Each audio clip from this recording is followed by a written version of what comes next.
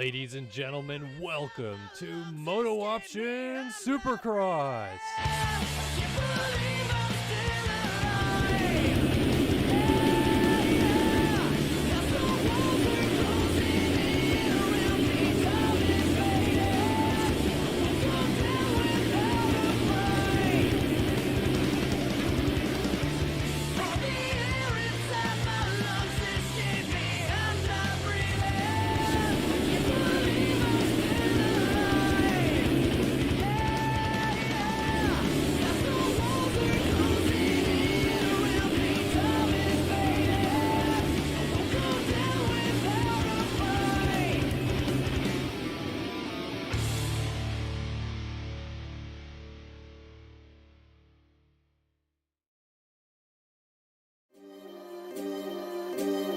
From Oswego, New York, riding for Underground RC, number 39, Caleb Hall.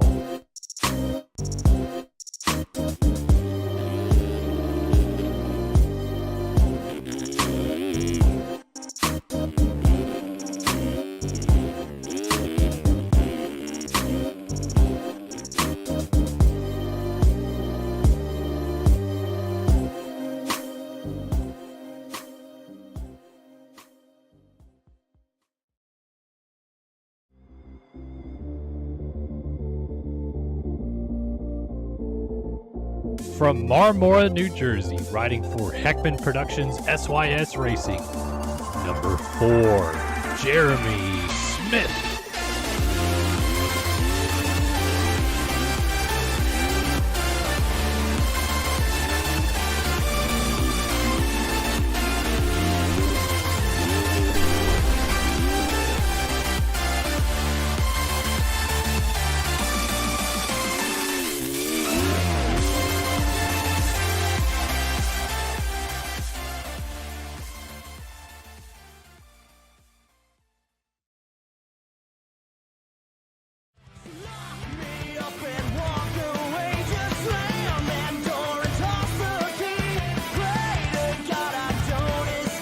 From Lillington, North Carolina, riding for TSCZ Productions, number 11, Luke Sullivan.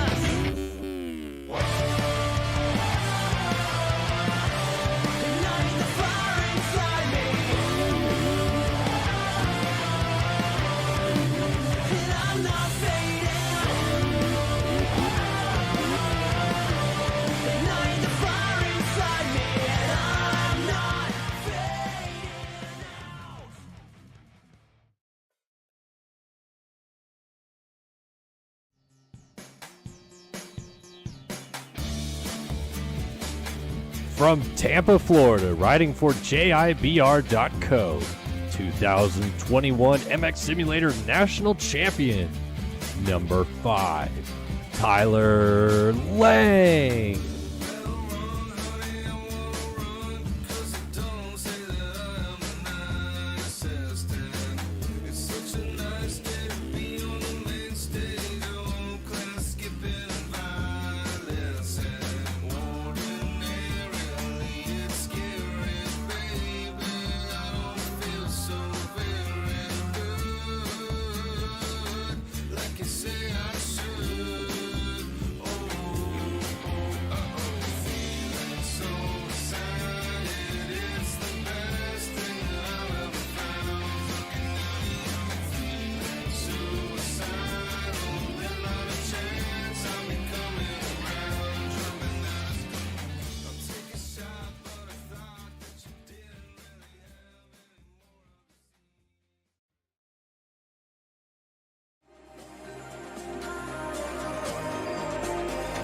From Watkins Glen, New York, riding for Phil Ski and Snowboard, number 12, Braden Castellaneta.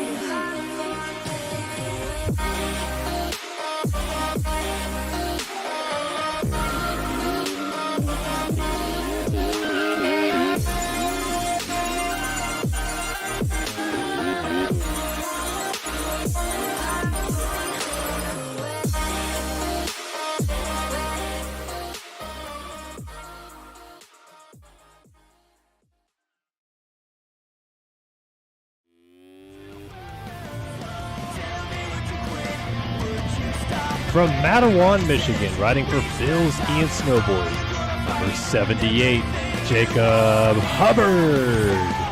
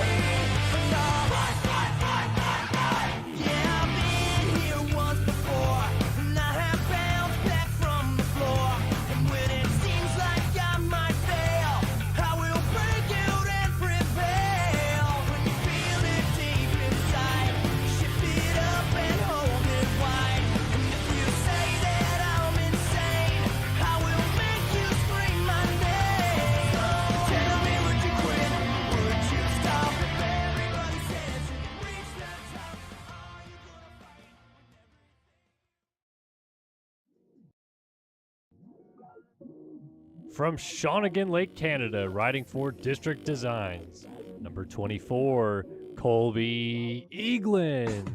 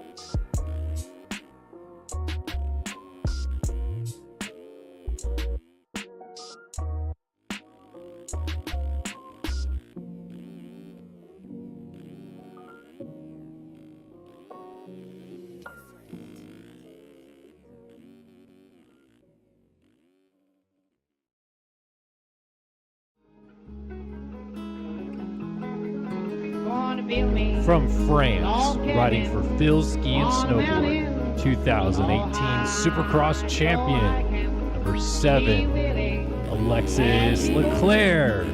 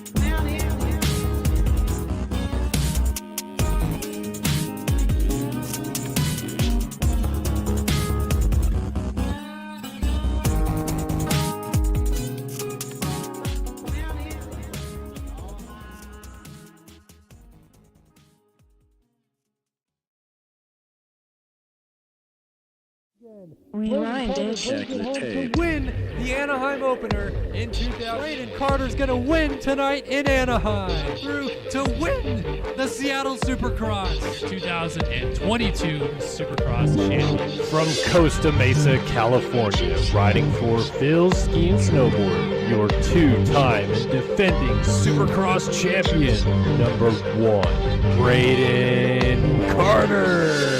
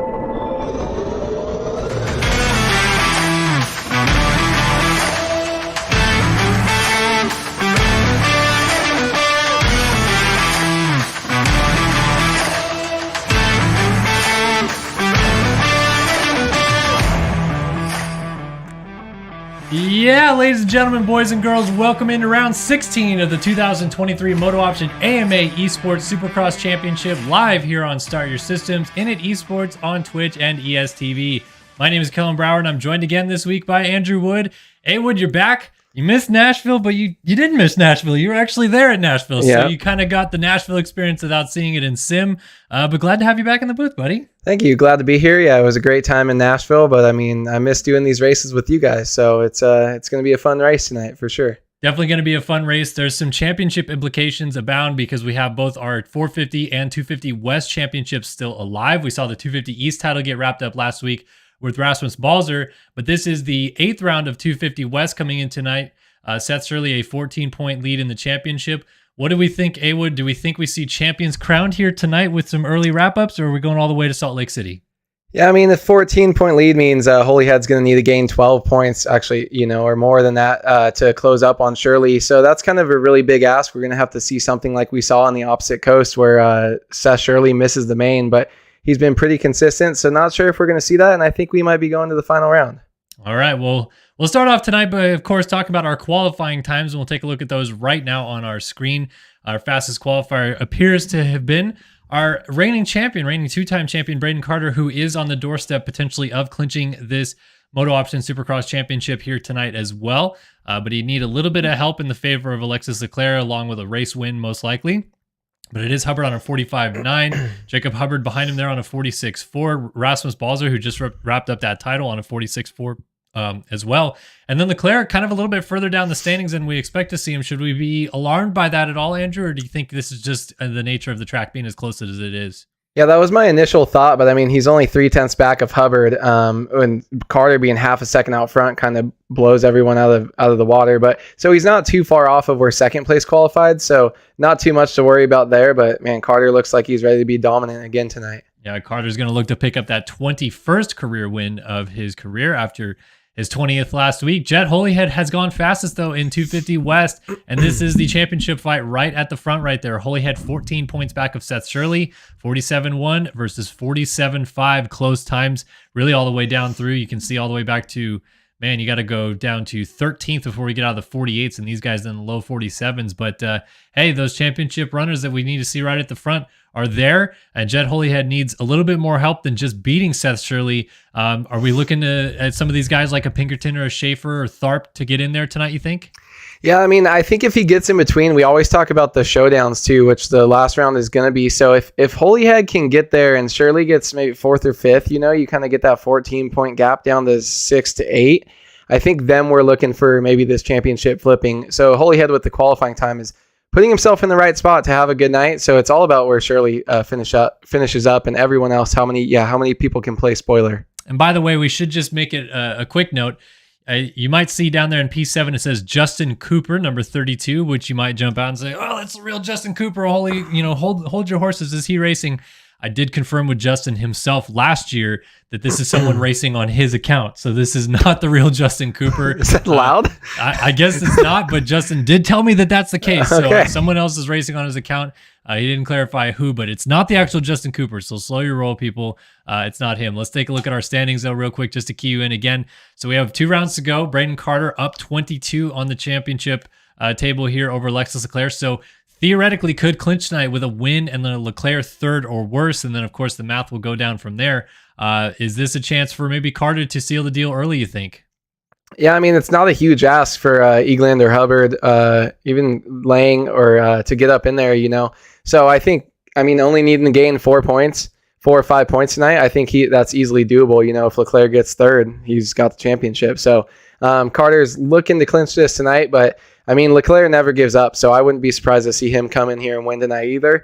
He never goes down without a fight. So clearly, that huge points gap between 2nd and 3rd. He hasn't stopped fighting all season, and he's been there consistently all year. So I don't think Leclerc is going to roll over very much. Yeah, we'll have to see if Leclerc can fight back here tonight. And then a reminder of those 250 West standings. Seth Shirley up 14 on Jet Holyhead. Then another 15-point gap back to McIntosh, Vanderbeek, and guys like Matherly already mathematically eliminated. So we're getting down to the nitty-gritty here of this championship fight. Shirley and Holyhead ready to go toe-to-toe in this 250 West division. And let's take a look at this racetrack here tonight. Overhead view we're going to look at first here. And first thing that jumps out to you about this track, at least for me, Andrew, Long whoop section, little double at the far end of the circuit there into a long set of whoops. Did a couple laps on the track earlier, and they're not as gnarly as we've seen some of the recent weeks with the whoops, but it's still a pretty long set. Yeah, I actually like this track for it being a football stadium. We talked about that a little bit before the race, but going in off the first turn in the 2 long rhythm sections, you got another decent rhythm. And then the 90s into those doubles into long whoops, I like that a lot, actually. It allows someone to go inside and kind of make a block pass, but then also, the whoops. I mean, these guys have been making a lot of mistakes, especially this 250 class. So I think this will be a fun track, actually, the race now, kind of looking at it a little bit more in depth. All right, well, let's go ahead and jump in the server and check things out as we get ready to go racing here tonight. Looks like we've already pretty much loaded up and ready to go. They already got the script ran, and we are about to go 250 West racing here in MX Simulator. So we'll get this dialed in just a second. Looks like my game is freezing on me, so apologies for that. We'll just jump back out of the server and hope that sorts itself out. But 250 West heat number 1 coming up first. And if you're just joining us for the first time and don't know what's about to happen, this is a heat race, and the top 9 riders will transfer through out of this heat race into the main event. And the main event is where you score your points. The main event is where you want to be. So if you're those championship hopefuls, this is where you got to get it done right here and right now. We've seen guys like Bryce Whelan in the midst of that 250 East title missing main events out of these heat races. And you expect these guys to roll right through, no problem, but it's MX Simulator. Anything could happen. Yeah, and we've seen people throw their nights off at the beginning of the night by having a bad first heat race. But then going into the LCQ, we have also seen people have a great LCQ and then come back and put it on the podium in the main. So that's kind of something to look out for, though. If Shirley has a bad heat race or doesn't qualify, which would be the worst thing for him, Holyhead's going to be looking at that like that's his one chance to kind of get him off his game and extend his chances to kind of tightening up this points battle. So I'm going to be keeping my eye on those two pretty much for most of these 250 heat races. All right, so let's jump back in the server. Looks like we may be about to load in, or is my game officially going to crash now? Really hope it doesn't. Never have tried to do a switcheroo like that in the server while it's loading. Yeah, maybe I shouldn't have done that, but we'll get there when it's time. Looks like we're just about to start loading, actually. There we go. We're racing right at D, baby. We got it figured out. We're dialed. It's only round 16. We'll buff out the scratches. Yeah, I mean, we're just learning. It's our first couple times. We've never done this before, guys, so just give us a little bit of leeway. All right, let's take you guys through who's out on the track here tonight. There is Maxime Vanderbeek, currently fourth in the championship, but Rogan McIntosh, third in the championship, doing a little disservice to him. Palmer Neely, there's Jet Holyhead. He's ready to go. Braden Tharp, Luke Fowler out here tonight. Lucas Brune, Bodie Parker, Alex Cunningham, Jeremy Estrella, Ryan Pinkerton, Evan Steins, and the aforementioned Dominic Paolini, Timmy Briscoe, Ryan Anderson, Tanner Rogers, all going to be in this heat race right here. So we're just watching a little bit of sight lap for these guys. They're feeling it out, checking out the track one last time before we go racing. And they've only had an hour to learn this track. The track is released basically just a little over an hour ago for them to go out there and start checking out the track and getting some lap times in and get those qualifying times in so you can qualify better. And those are so long, they just keep going. The whoop section is very, very long here tonight. So these guys, even though they are the best in the world, are still perhaps learning this track as we roll into the heat races. And here we go. We're set to go racing 250 Heat 1 right here, right now. Yeah, you definitely see people make so many more mistakes in the heat than when they have more time into the main event and they have time to practice more. So always interesting to see who gels with the track quicker. All right, here we go. That 30 card has gone sideways. The revs are coming up, and we're ready to go in Denver. Let's drop the gate. Well, we looked at the inside, and there's a couple guys hitting each other going down that start straightaway. A couple guys pushing long into the first corner as well. Up the inside, it looked like it was Holyhead, I believe, but Estrella officially gets the whole shot. Holyhead jumps right through into the lead, quads into the corner, and gets that gap established that he needed. Yeah, looking at him coming in this first rhythm, he elected to go over, triple, quad, double into the inside. I don't think a couple of the guys behind him hit that, but that's the benefit that you get coming in with the whole shot being the first one up front, you get to choose what line you do. So this is a really important part for him to kind of set the tone for his night and get up front and get a big early lead that he's comfortable with. Yeah, so Holyhead's going to lead us down at the end of the first lap here as he checks in on lap number 2. It is Bodie Parker right behind him there in second, laying it out with Maxime Vanderbeek in third. So some of our heavy hitters up front. Evan Stein settles into fourth with Braden Tharp in fifth. So we saw a little bit of chaos going into that second turn. Some guys getting hung up, and it looks like it's already pretty well separated our front 5. Nose to tail, not really, but definitely getting nose to tail back here with Justin Cooper on the 662, Timmy Briscoe, Ryan Anderson, and Dominic Paolini is in our final transfer spot right now. So looks like we're already starting to focus on these transfer spot battles because our leaders are getting away. Yeah, I mean, when you kind of can get those early crashes and get some early separation, not even just Holyhead by getting that first rhythm, and Briscoe's going sketchy. He's not going to go for the quad, but he is going to jump off track a little bit, and that's going to allow Ryan Anderson to get right up on his rear tire here, but he's messing up as well, making mistakes. Sometimes you see that door opening, and it kind of gets you scared a little bit. If you haven't been around a long time, you kind of panic because, oh my gosh, here's the pass coming sooner than I thought.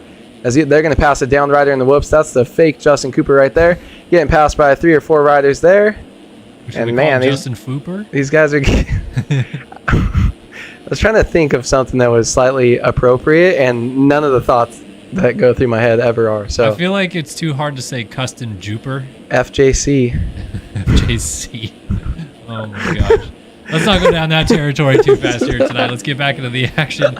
As it is still Paolini in a transfer spot, but going down underneath of him, Paulie. That is Ryan Anderson picking himself up from a crash. So Anderson was up into 7th by the looks of it and has slipped back out of a transfer spot. These guys are going at it through this rhythm section. Pinkerton down the inside is going to cross over lines. Neither of them get the off. It's Estrella who he's side by side with, and then Pinkerton cuts back over anyway. So they're going a little bit back and forth on the track right here as Paolini and fake Justin Cooper closing the gap down from behind. And I think this is currently 10th place. Yeah, so these guys are watching the transfer battles right in front of them. Yeah, I like that move by, it seems a little aggressive early on. We're not even 3 minutes into this first heat race for these 250 riders, but Pinkerton, I just like how aggressive he was getting. Good on the other rider for being able to kind of avoid that. But Pinkerton able to, make that pass, get in the 9th early, and now he's just focused on charging forward. So I wouldn't be surprised to see Pinkerton start moving up the ranks a little bit here and trying to gain a gap on Dominic and the riders behind him. As they're making some mistakes. Pinkerton getting through pretty clean, not hitting the big rhythm, but yeah, when you can get a chance to get in the 9th early, you just got to go and pray and see. They're already knocking on the door of 8th place right there. Yeah, look at this. This is tightening up real quick. You can see everything unfolding right in front of Paolini here as we go through the whoops. And these guys are huckabucking through there as Paolini just only catching a few of those whoops with his front tire and bouncing his way through. But we've got basically 6 through 10, basically nose to tail right here. 11th not too far back of Paolini. This is going to get saucy pretty quick. Yeah, 5th place I see was in the same rhythm section when they were hitting the finish line when they came into that section. So look at this. All these guys going inside, outside. I like that we finally saw a different line by the rider in front of Pinkerton. Oh, if someone's going down, there's a 3 stack. Someone got landed on going to the corner. Bruin's down. Maxime Vanderbeek is down in this mix as well. In the 29, he was the guy that went outside to triple in. And is that, I believe, a lapped rider that they had run into right there because he's not getting up and getting back into this fight. And I couldn't click on him either. So that just changed everything up right there. And somehow, some way, I think Vanderbeek still got up. Yeah, he did get up in a transfer spot despite going down. So that just kind of totally broke up the group of riders that we saw. And instead kind of made 2 different groups now. It looks like we have a 3rd with Briscoe. He's got Bodie Parker and a lapped rider right behind him. Then Evan Steins jumping through right there as well with Ryan Pinkerton in 6th. There's Estrella 7th, Paolini 8th. And then Vanderbeek kind of by himself in 9th before Rogers, Lucas Bruin, Justin Cooper, Luke Fowler coming through behind. So this definitely kind of, I feel like, strung out the field a little bit more than it was. Yeah, I mean, definitely between that 5th to 10th kind of spot because we had so many guys going down. But those leaders still checked out. But, man, Vanderbeek got lucky. I think he was the one that he wasn't landing on or getting landed on. He was the one who ran into it later, able to get up in a good spot. And luckily kind of hold that spot because it sucks when people go down in front of you. You got nowhere to go. You're already in the air. So good for Vanderbeek because he's going to pick up another pass here. That's Bodie Parker on the 32 that he just went around. Yeah, getting past Parker there. So Parker dropping back a little bit. I was seeing chat going crazy about Body Parker and Bodie Parker. You can't tell me it's Bodie. I don't He says it's Bodie. There's I go two with it. D's. Is he There's Aussie? two He's got to Ds. be Aussie, right? I don't know. That's actually. an Aussie name.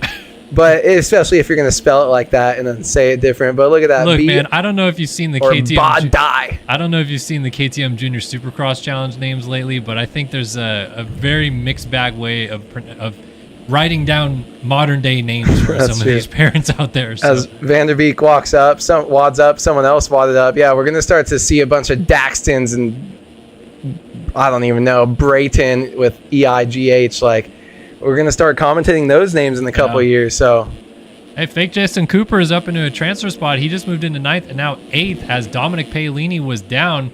And these guys continue to play musical positions back here. Nobody wants to sit in the transfer spot.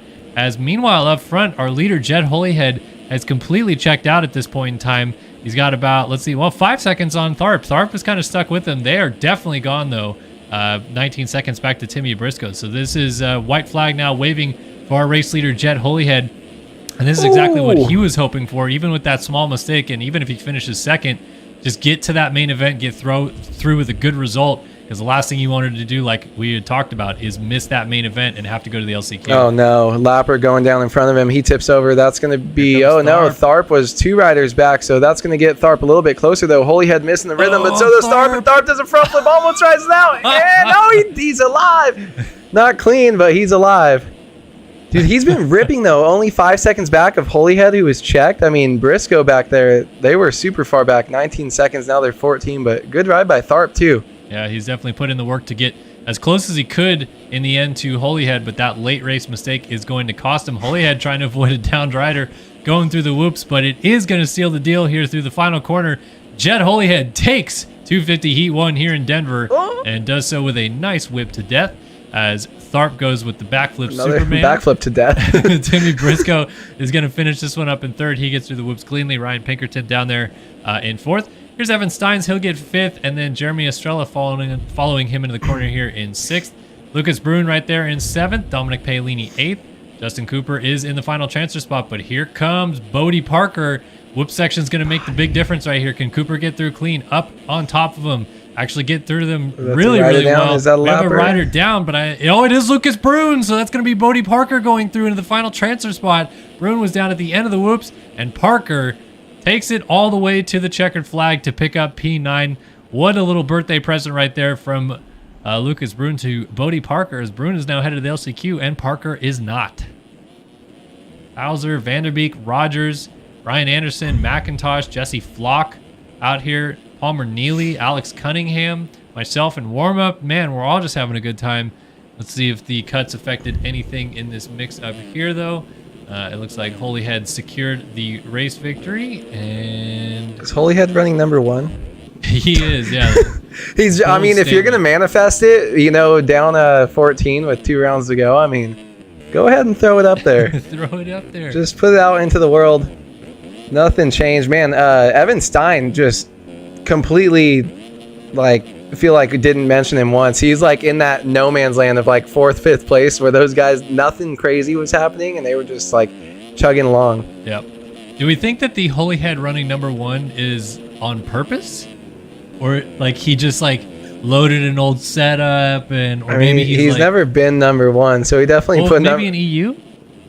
Oh, I don't know. Yeah, maybe. I don't know. I don't want to. I mean, he is running the correct skins. He's got the number 50 Covenant Honda-like skins. So, at some point he switches. I like it. Whether it's get in your head, whether it's a mistake, whether you were messing around with your friends saying I'm number 1 and you forgot to change it, hey, good for him. But, I mean, man, look at that lap time difference. I mean, he was just riding completely chill.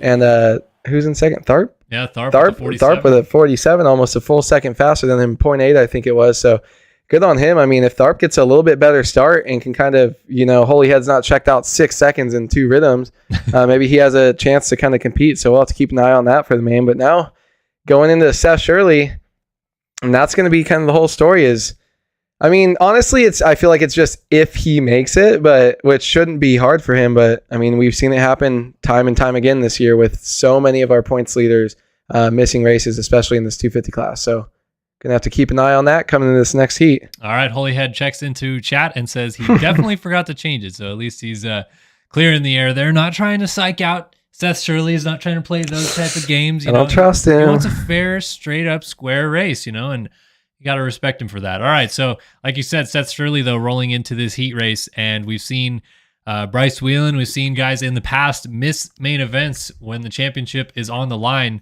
and this is definitely crunch time for Seth Shirley. Of course, East-West Showdown is going to be different when we get to Salt Lake City, because then it'll be real crunch time. Then it's, you have to make it out of more or less a main event into the real main event there for the East-West Showdown. But this can still trip you up, and the last thing he's going to want right here is a bad start and get mixed up with some of these guys back here.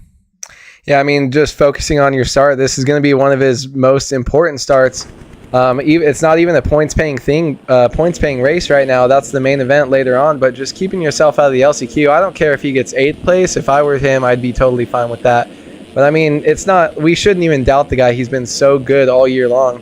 But, I mean, just like you said, anything can happen. We've seen it multiple times. So, it's really all on him. Get a good start, get out front, just cruise around. You don't even need to try to win this race, and get yourself in the main event and throw down when it matters. 14 points is a lot, for him. If he goes up and gets, I mean, I guess he's still got to pretty much get a top 5, but getting yourself there, this is the first step of the night, for sure. Well, 14 points does feel like a lot, but Bryce Whelan had about 28 points on the rest of the field and still somehow lost the East Championship around early. So things can go spiraling out of control in a hurry, and if you're Seth Shirley, the last thing you want is to have something kick off negatively right here. Even if you do make the main event, and let's say he has a few crashes, ends up 9th or whatever, that puts you on an outside gate pick going to the main event when your rival has an inside line going to the first corner. I mean, even little stuff like that is critical at this stage of the championship, no matter how big the points lead is. So he's practicing his takeouts in case he needs to get guys those down. dialed in, and that one looked pretty dang good. But yeah, I definitely agree.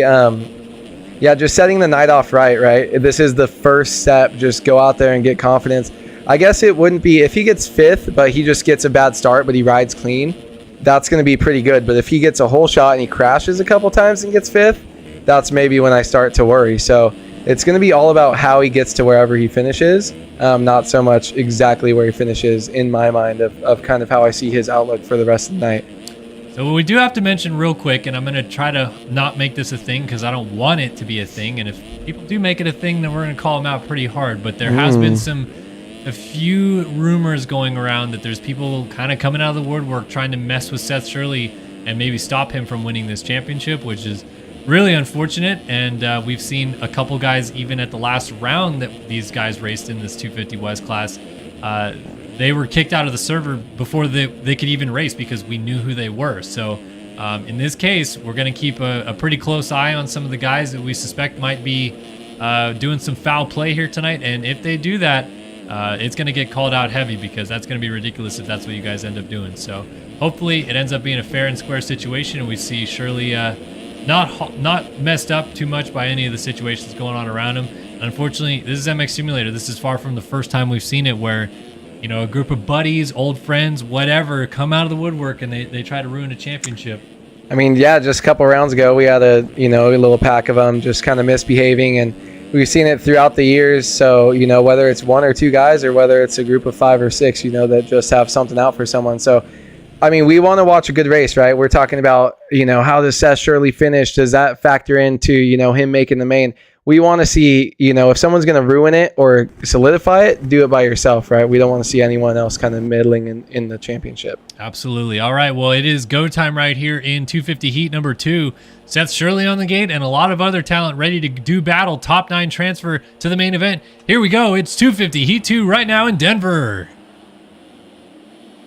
Now the 142 got a pretty good start. Shirley ended up pretty good going to the first corner. A couple guys tucked up to the inside, but Shirley will get to the line first. But Sage Lewis gets the whole shot on the 142. Shirley's going to try to shoot down the inside, and he will quad up the inside to pass Lewis into that race lead.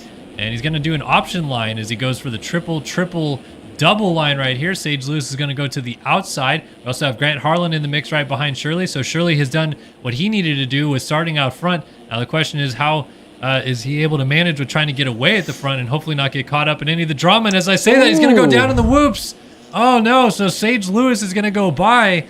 Wow, huge gaps already. And it looks like Shirley is going to actually pick it up in the 3 spot. So a lot of guys had already gone down. Jack Gatlin shoots up into second place here now. So it's Gatlin, Shirley, Schaefer, and Stevenson inside of the top 5 as Sage Lewis continues to lead this race. Wow, weird turn of events that Shirley went down, only lost 2 spots. Yeah, I mean, just like that first race, must have been a huge gap that somehow was able to come up, because that's a 10-second fall off right there when you're falling, especially in the whoops like that. He nose picked a couple, but look at this Stevenson hitting that line. I really liked Sage Lewis's first corner, going way outside and just hitting the big rhythm over everyone. I've used that a couple times, and you either kill a bunch of people or you make it to the lead, but missed one little thing. Good on him. But now we're watching Schaefer. Who's that down? That's going to be Sage. Down out of the lead, and I think Gatlin just got passed by Shirley down the inside. They're going bar to bar through the whoops, and they finally make it to the end. Gatlin tries to square it back off, but Shirley has gone to the race lead, so it's Shirley from Gatlin over the finish line jump they go. And Gatlin's going to settle in right behind Shirley as Shirley tries to pull away. Look at Gatlin. Ooh, he thought about down like the that inside right there, but backed out of the challenge.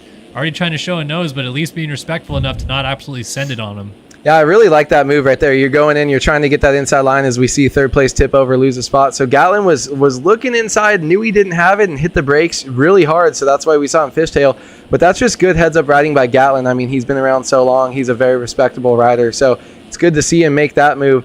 One thing I want to keep an eye on here as we're getting close to it is Shirley hasn't made it through the whoops clean. Fell the first time and lost a lot of time the second time to Gatlin. So we'll see what happens here. He's kind of getting a kick. That time, of course, hits it perfect.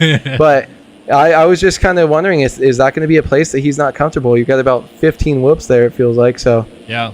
Well, I feel like the whoops tonight so far have been really hoppy for these guys. They're not all, hitting every single whoop along the way. They maybe get 2 or 3 in, they bounce once, and then they get a couple more in and bounce again, and it doesn't seem like anybody's really able to stay up on top. So I think maybe we're already starting to see that it's going to be more about limiting the damage throughout those whoops tonight and not, overriding them and pushing too hard to stay on top of them, but just if a weird bounce happens, just recoup and find your flow again and get through the last 8 or 9 whoops if you're only halfway through.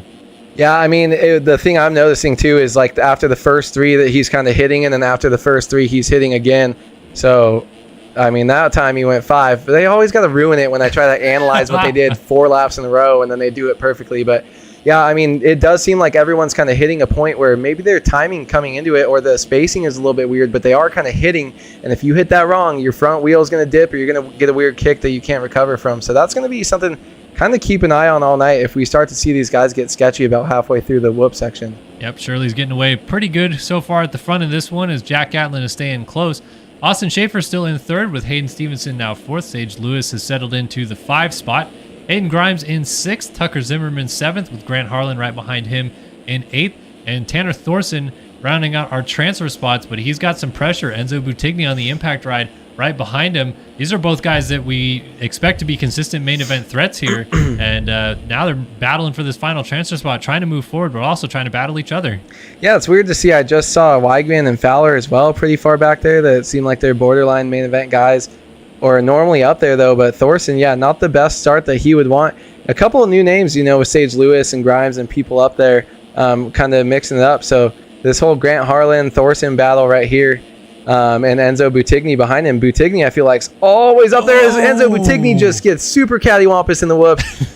Oh my God. Thorson almost got back on the bike today. Just one of his dreams. Thorson almost wadded too. I was looking at that, and then you just see someone completely sideways. When you can see their number plate from the opposite side, it's a bad swap. So, and Thorson surviving though, and now he's got a big gap. That's a nice breathing room right there. He has someone telling him, "Hey man, you got like 8 seconds now behind you. Relax and work your way at knocking off the rest of these guys that he's chasing." Yeah, he's actually caught this little group in front of him pretty quickly. He's not going to force the issue by the looks of it, but he's just hitting his marks and following it in. It's Tucker Zimmerman and Grant Harlan who he's caught up to the back of, and Sage Lewis just went down the corner in front of these guys.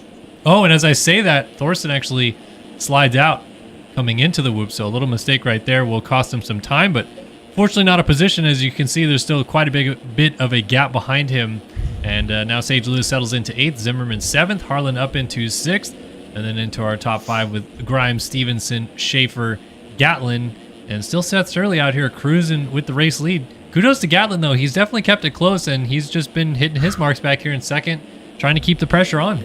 Yeah, and avoiding lappers like you just saw him. I mean, that lapper was hugging the inside as quick as he could, but Gatlin, quick reaction there to kind of keep it clean there and make it around him. He's throwing down some good lap times and hasn't really lost much time. Maybe he was at 1 second earlier, now 2.4. We're 6 minutes into this race here, so Gatlin with a strong showing here, and that kind of just shows you like you're feeling the confidence, you're feeling the flow on the track, and this feels good when you're behind the championship leader. You know, you're not in it, but to go out and try to grab a race win anytime you hit the track is a good feeling. And he just cut it down another 1.2 seconds there. A little mistake by Shirley. So let's see what happens here. Different rhythm sections. They're going outside. So Gatlin's going to go over here. Shirley goes on, off. What's he do? He clips it, and he is down hard. That rear tire just clipped the very backside of that tabletop and sent him for a little spinny loop as he gets landed on by one of the lap riders back there. We're not quite sure who that is, but the white flag is waving right now for Seth Shirley out front as Austin Schaefer has moved into second place. Gatlin settles into third, and Stevenson's going to go around some lap traffic to get into fourth. So top five kind of separated apart at this point in time, and Seth Shirley doing everything he needed to do, and he's going to end up, looks like, matching Jet Holyhead. So our two fastest qualifiers ending up 1-1 in their heat races, rolling into the night and setting us up for one heck of a main event if it continues to look like this. Yeah, I mean, Shirley's going out. He said, I don't care what you guys were talking about all race. Of course, we're trying to set up the most eventful main event, you know, or final round that we can. And Shirley makes a little bobble, but gets it back together. We're just thinking, oh, and there's a lapper, but he saves it. No, and then he falls. Thanks, JLB. Tip over. Oh, later. Seth Shirley coming down to the flag. He'll win 250 heat number 2, and he tries to go for the massive air wheelie, so maybe he's heard about the Checkers Challenge in the PulpMX LCQ race. But Austin Schaefer ends up in second, Jack Gatlin third, Hayden Stevenson fourth, and here's Hayden Grimes into the whoops in fifth. He's got Grant Harlan going for he's sending it. He got it. Oh, I thought Schaefer was going to, or the Grimes was going to cut back up underneath, but it will be Harlan in fifth. Grimes sixth, Sage Lewis down there in seventh, eighth, and ninth with Thorson going to the corner. Thorson up the inside is going to repass Tucker Zimmerman into eighth, but they are all going to the main event. A-OK, Cash Woods, Sam Weigman, Brett Thomas, Enzo Butigny, Leith Ness, Carl Novak, Zach Fisher, Jack Fowler, Landon Bartol, all missing out in this one, so they'll be headed to the last chance qualifier in just a moment. And let's see if the penalties affected anything. Looks like our top 9 stayed the same, but the 451 of Zimmerman did actually leap over Thorson on penalties. So that's a up to 8th for Zimmerman, back to 9th for Thorson. Here's Sage Lewis, Grimes, Harlan, Stevenson, Gatlin, Schaefer, and Shirley going to the main event. The way you said Harlan, I'm Ron Burgundy. Like, so his name is a question. Well, because Harlan? It's not really Grant Harlan. Again, we're back to the same thing where I thought Grant Harlan was the one that actually raced. No, I don't think he does anymore. He did. He was good at this game at one point in time, but I don't know. I don't know what to say at this point in time because there's things going on behind the scenes that I probably shouldn't say. That's true. It's not actually Grant Harlan is the point. Send me an Instagram DM if you're Grant Harlan with a controller and sim in your hands, and I'll believe you. Yeah. I mean, Grant Harlan just popped his shoulder out at the last round. Yeah, but that's like the whole only reason Burkeen won championships is because he blew his wrist apart 8 times and had to play in cast. Like, I feel like a injured rider is more likely to be playing the game. Yeah. In my opinion. Also, we got a 50-point flat fastest lap in 7th and a 50.5 flat. That's pretty impressive. I'm just looking at numbers here. Just looking at numbers. Just, can't count, but like to look at them. Pretty shapes. All right. Let's keep it rolling here tonight. We're having a good time so far. Hey, there's only 2 rounds left of Supercross, so it's okay. We can have a little bit of party ourselves, right? We're going to have a good end of season party. You know what? Maybe just wait for outdoors. Should we do an end of season award show? I've never done one of those before, but it might be kind of fun to, right after the final round, a little extra 30 minutes. And I mean, I'm down because I normally block passes of the year, favorite race, those kind of things. Should we? Yeah, there's a lot. See, we got to go watch them all. Oh, you don't have to watch. I don't remember all the block passes. I mean, best race of the year was, in my opinion, the first race of the Triple Crown at Anaheim when it was and Carter going back and forth. That one was really good. That first Triple Crown heat was one of the best races all time. It was like that and the Ironman last corner pass for the championship with Leclerc. I mean, yeah. Worst commentator, best commentator. I mean, I don't know how to unmute my mic. Yeah. I mean, you have good opinions, me and but then we didn't hear you for a minute and a half. It's okay. The stream, so God, I was so nervous. I rewatched that the other day, and I was like just cringing the whole time. Yeah, shout out Burkeen. We miss Matty B. We can do one. I mean, we could try to do interviews too. Yeah, why not? I mean, championship crack winners. Open a few beverages on the stream. If I don't work in the morning, we could just do shots for shots for crashes. Shots for crashes. Shots for gay jobs. The old times, man. Remember when we used to do shots for dualies? Oh, we would be hosted. The good thing is that we did that when I was at home and we were both watching the race at the same time, like talking in Discord. Because, yeah, I just needed to go from my computer about 3 feet to my bed. But I can't do that here. Yep. All right, 450 Heat 1 rolling out to the gate. There's Bryce Whelan, Frank Jackson. There's a bunch of Phil's guys in this heat.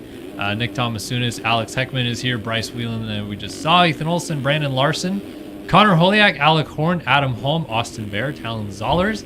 Number 1 machine of Braden Carter's in this one, as is Noah Baker, Rasmus Balzer, who just clinched that 250 East title, also here tonight. So fun to see how he'll mix up against some of these front runners, but of course, all eyes on this man right here, Braden Carter, on the doorstep of MX Simulator history. Nobody has won 3 consecutive Supercross titles in this game, and Braden Carter could potentially clinch it tonight, but at the very least looks like he's well on his way to getting it done in these final 2 rounds.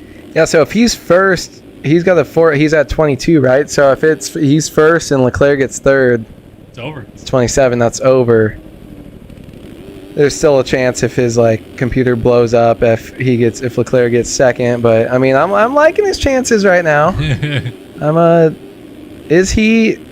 Who's on your Mount Rushmore? Have we done that already? I don't think we've ever done that, but it's tough, man, because obviously Carter is all time in Supercross, right up there with, you have to say he's right up there with Tyson. He's one of 3 guys that have won 2 Supercross titles. I'd have to say, he's up there. But then you look at outdoors and it's not really there. So Tyson and Leclerc, in my opinion, 100% are on Mount Rushmore, because Leclerc has 4 outdoor titles and 1 indoor title, and Fresquez has 4 indoor titles and 1 outdoor title. But does Carter with 3 indoors and no outdoors suddenly get on that list? You just got to be top 4. 4 outdoor titles. Yeah, but he cheated, so he's not in the Hall of Fame. He's a cheater. He's not in the Hall of Fame. Except Barry Bonds should be in the Hall of Fame. The stipulations rigged. Plenty. All right, folks, let's get racing here. We got 450 Heat 1 on the gate, ready to go in Denver, a mile high, and the gate is down. Who's going to get that all-important hole shot? Through the middle, Bryce Whelan goes deep into the first corner, and it's going to be Braden Carter with the hole shot. Around the outside, though, comes Alec Horn, and there is so many Phil's bikes in this race. Alec Horn goes down. Carter gets pushed wide in the corner. A lot of guys stacking up. Whoever just went to the lead, he went down. Adam Holm comes out with the race lead because there's just too many Phil's bikes on the track that not one of them could be in the lead at any given time. So Brandon Larson settles into second behind him. I think that's Caleb Hall in third. B-Lars wants a taste of the lead, though, your buddy. Yeah, B-Lars with a great start here. I mean, he's had a couple good races, little shots. Ooh, and they're both getting sketchy. Nothing's going to happen, but Brandon Larson's going to keep it together the most, go in the lead, and he's going to lead us through the first lap of this first 450 heat here. And, man, just a great ride, great start. I mean, he got through all of that craziness, so let's see if he can kind of hold it together. He's had a couple of good rides late into main events here, so we'll see what can happen with Adam Holm right on his tail. This is just absolutely stacked up here. Look at They're Holm sliding everywhere. Line. I haven't seen anybody do that line that Holm just did right there, but I like it. A little over, triple on off. Yeah, those 450s, I think, have that power to get over that and kind of switch up the lines a little bit. I mean, we heard this was a 1-line track here, but these guys are mixing and matching all over the place. I like this inside line, though. Does he make him shut off? He doesn't. And here's Hall to the outside on the 39. He's going to get around Adam Holm. So Holm, just as he was maybe going to go into the race lead, goes back to third. Then Hall goes off the track, so then Holm goes back by. Here comes Carter blitzing through the whoops, along with Ethan Olson, as they both went by up into third and fourth, respectively. But Carter, dualies over the finish line, Joe. Huge dualies. Now Carter's going to shoot down the inside, down the start straight, into the next corner. Carter up into third place, and we're back to a Phil's 1-2-3 out front. Olsen trying to come back on him. But it looks like Carter's going to get that inside line and sneak away. Yeah, let's see. Look at that outside triple in. Big rhythm there, but that triple quad's just not down. as fast. Holm goes down there. Carter able to get around him, but yeah, that outside line there just not good enough. Quad. That's the first time we've seen that. I love when we get the 450s on the track for the first time. We get to see what they're doing. And maybe there's something else, too, that he's been doing because he qualified half a second faster than anybody else in this class. So maybe there's something else he can break out that we haven't seen just quite yet, but that quad definitely seems like it was part of it. Yeah, that's a big line, and I'd seen I think it was Holm the first couple laps go on off right there, or excuse me, Shirley in his heat race is going on off, and I felt like that wasn't the premier line because if you could get that quad double at the end, it was the way to go. But then Carter starts going on off, and he's going to go to the lead because Larson pirouettes in the corner. He got a little bit sideways right there, and now Carter goes to the front. So one machine is in the lead, and let's see if he sticks to that line. He's going to go on, off, and carry plenty of speed to pop that quad into the pocket. He still goes for the quad out even though he went deep and went a little deep right there, but man, kind of making it look almost easy. Yeah, almost. I'm wondering why other people aren't doing it. I mean, we haven't seen too far in these 450 races, but it looks like the middle or the first quad is the hardest. He went so deep and was still able to OJ the second one. So I wonder if it's just getting over the on-off and then that first quad, the timing right, and maybe people don't want to risk it. But Braden Carter out here to a hot start, got caught up in that first turn, but look at the gap he has over the rest of the field. He's just starting to check out. I mean, this is what we've seen from him all year.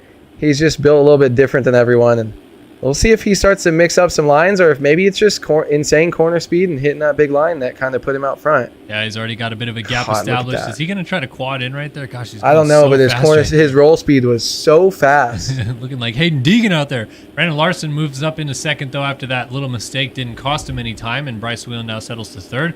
Austin Bear fourth. Adam Holm has slipped back to fifth. And we got a freight train in the house. We got a Holm right here. Caleb Hall. Oh, we're getting tossed like a wet salad back here. Goes Alec Horn to the ground. We got Balzer jumping up over top. Talon Zoller's rolling up on the inside. He's going to go to eighth. And Noah Baker moves into ninth. So Frank Jackson is going to settle in right behind him. And this is your transfer spot battle right here. Yeah, look at it. And there's a couple guys right behind them. So no breathing room for them. Not able to make a pass here. A little bit of bobble in the whoops going up the inside, showing the wheel. Man, when Alec Horn was hitting that last jump, I could just tell, and there's what just happened there. Cross jump a little bit, I think. It just looked like he stalled out in the air. Yeah, he jumped super high. The other rider whipped it, so Baker able to hold on. But look at this move up the inside. Is he going to be able to mix it off? No, he gets pinched off, but he misses the rut. So now these two going bar to bar here. Are they going to do the same rhythm? Noah Baker has the inside. They're both going to hit the quad in the corner. Let's see what happens as he cut down, tries to lose his traction. Good little battle here by these guys. Frank Jackson slid into the corner, then kind of nosed off of that tabletop. Look, he's going to triple to the inside right here. Not seeing many of those guys do that, but Jackson, he's going to make it work right there. And they're catching Talon Zollers, who just blew it going into the whoop section right here. Baker's going to blitz by. Can Jackson do it as well? He's going to maybe go down the inside of this corner. No, Zoller settles into ninth. So 8, 9, 10 on your screen right here in a terrific battle up and over the finish line jump. And Zoller's going to try to go back in on Baker, but then Jackson's going to get a great drive. Zollers cuts the door, and there is Larson getting into the mix as well in the 73. We also have Ethan Olsen in the background of this. Zoller's going outside. He's going to try to jump over all of them, get in the middle of them. 3 wide, crossing over, and he takes Frank Jackson down. Oh, we also have another rider down. That's Larson, as we got someone nose high coming into the corner. Ethan Olsen moves up into ninth, I believe, here. Yeah, he's in ninth now, and it's Alec Horn behind him in 10th, and we're still nose to tail. Horn's going to go off the track, so that's going to move Jeff Cooper up into 10th, and they're still chasing. Ethan Olsen is rolling into the whoop section right there. Noah Baker decides not to jump in. He's going to blitz the whoops alongside. Oh my God! He got a triple kill! And that's off the outside of the track. Goes the 93 of Rockefeller, slides out on re-entry, and Larson moves up into the final transfer spot instead. That was absolutely chaotic right there. And Larson goes from 13th to 9th in one corner. Oh, baby, it's a triple. It was like 4th through 12th or 13th in a line, and just like that, it's completely exploded. I didn't know who anyone was. Brandon Larson, though, after going down here, getting sketchy again in the section he fell last lap, just like that, he's back into a transfer position. So, oh my gosh, just a complete mess of a lap for those guys. But now look at this gap that Larson has, because so many people died. When you got 2 seconds, that's so much breathing room just being in ninth place after crapshoot that they were just in. So oh my Larson gosh. finally has some breathing room, but he's got to be careful on this last lap coming up because Rockefeller is lurking back there. Here's Ethan Olsen still chasing down Zollers as they're up in 7th and 8th. Adam Holm right here in 6th. Caleb Hall 5th. Austin Bear is in 4th as Rasmus Balzer is all over our race leaders. Bryce Whelan is in the lead. And he they gets clipped with Carter. Carter and Whelan go down. Balzer goes to the race lead. So Rasmus Balzer, we got to start calling him the closer because he's been closing down these race wins like it's nobody's business. The Yogi Designs 35 moves back to the 450 class after winning that 250 East title last week, and he is going to roll. We got guys flipping through the whoops, and Rasmus Balzer is going to win the heat race here. Double front flip. Matt Skill's double front flip for the win. Caleb Hall 2nd in the end. Bear 3rd. Holm 4th. Whelan 5th. Carter is down in the corner before the finish line jump. He's going to go all the way back to 8th spot in the end, and Lang just makes it around Rockefeller at the end to go into 9th. We missed some of that, but Alec Horn ends up in 10th. Noah Baker, Bryce Whelan, who was leading the race 4 corners ago, ends up in 11th in this heat? No, 13th. Frank Jackson, God. Jeff Cooper, Alex Heckman, Connor Holiak, Nick Tomasunis. Catch the fever, folks. We're having a great time tonight in Denver thus far, although I don't think Bryce Whelan's having too fun of a time at the moment. So it does appear that the 93 of Rockefeller missed out. Lang gets in. Carter goes from leading back to 8th in this one. Larson, Olsen, Zollers, Holm, Bear, Hall, and our eventual race winner, Rasmus Balzer. What a wild 450 heat one. Oh my God, that was insane. I really wish because we just cut to that Braden Carter Whelan crash right there at the very end, so it's just crazy to see. I'm not really sure exactly what happened there, if there was just a misrhythm or a little bit of a cross-up, but these guys are going for it, and just like that, man, you get one crash, and these 450 races, they're so close together, you can drop back all the way to 13th like that, so bummer for him, man, to be doing that, but man, Carter still makes it in. I'm sure Whelan's going to make it in easily through the LCQ, but Rasmus Barker takes the win. And the juxtaposition here too of that Whelan was leading the heat race, right? They're both on 450s now. Whelan's leading the heat race. He gets together with his teammate Carter, and then Whelan goes from leading to not making the main guy event. who beat him in the championship, the guy who just beat him in the championship wins the heat instead. Balzer's got some. Where's he from? Denmark. So he's got some weird Danish freaking like pixie dust that he or. He's like Salt in the corner, just like doing this. Yeah, a little Salt Bay stuff. What's the people that travel around from that believe in spells? Oh, gypsies. Oh, gypsies. Danish gypsy dust out there in Europe. You know, I watch a lot of Peaky Blinders. He's just sprinkling some stuff on Whelan and just like, you're going to crash. You're going to die. You're going to ragdoll. Ragdoll. Oh, man, what a chaotic heat race. Are we up for another good one? I think 450 Heat 2's got some fun stuff coming in it.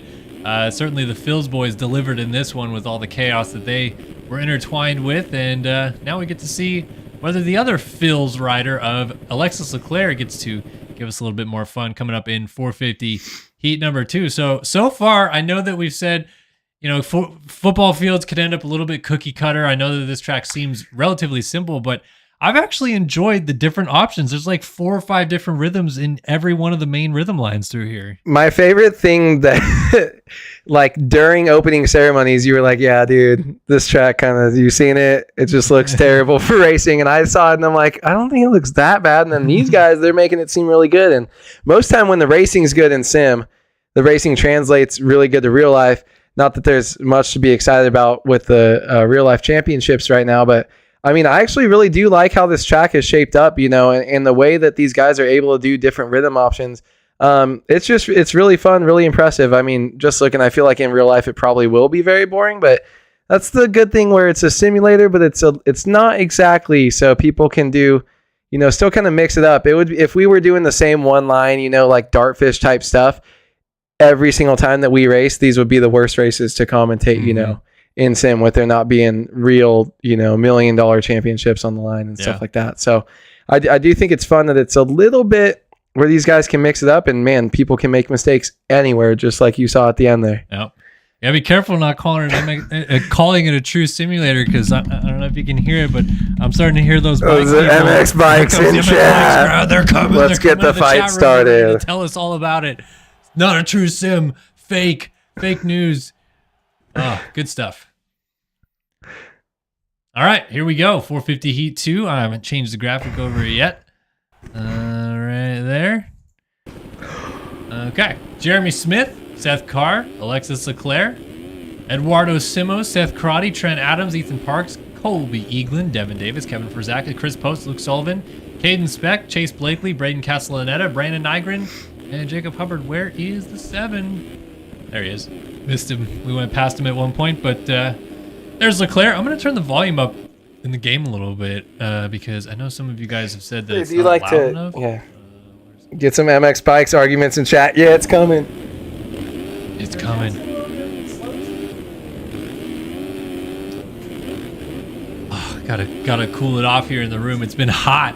The action's been hot in the streets. It's cold outside, so I feel just like I'm inappropriately dressed, just like Nashville.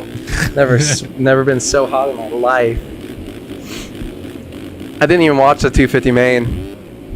We all knew. Well, yeah, we all knew who was going to win. I just went to the concourse because there was a breeze going through. It felt so good. I mean, I don't know. It looked like it was going to be a little bit different in the beginning of the 250. I watched the big screen.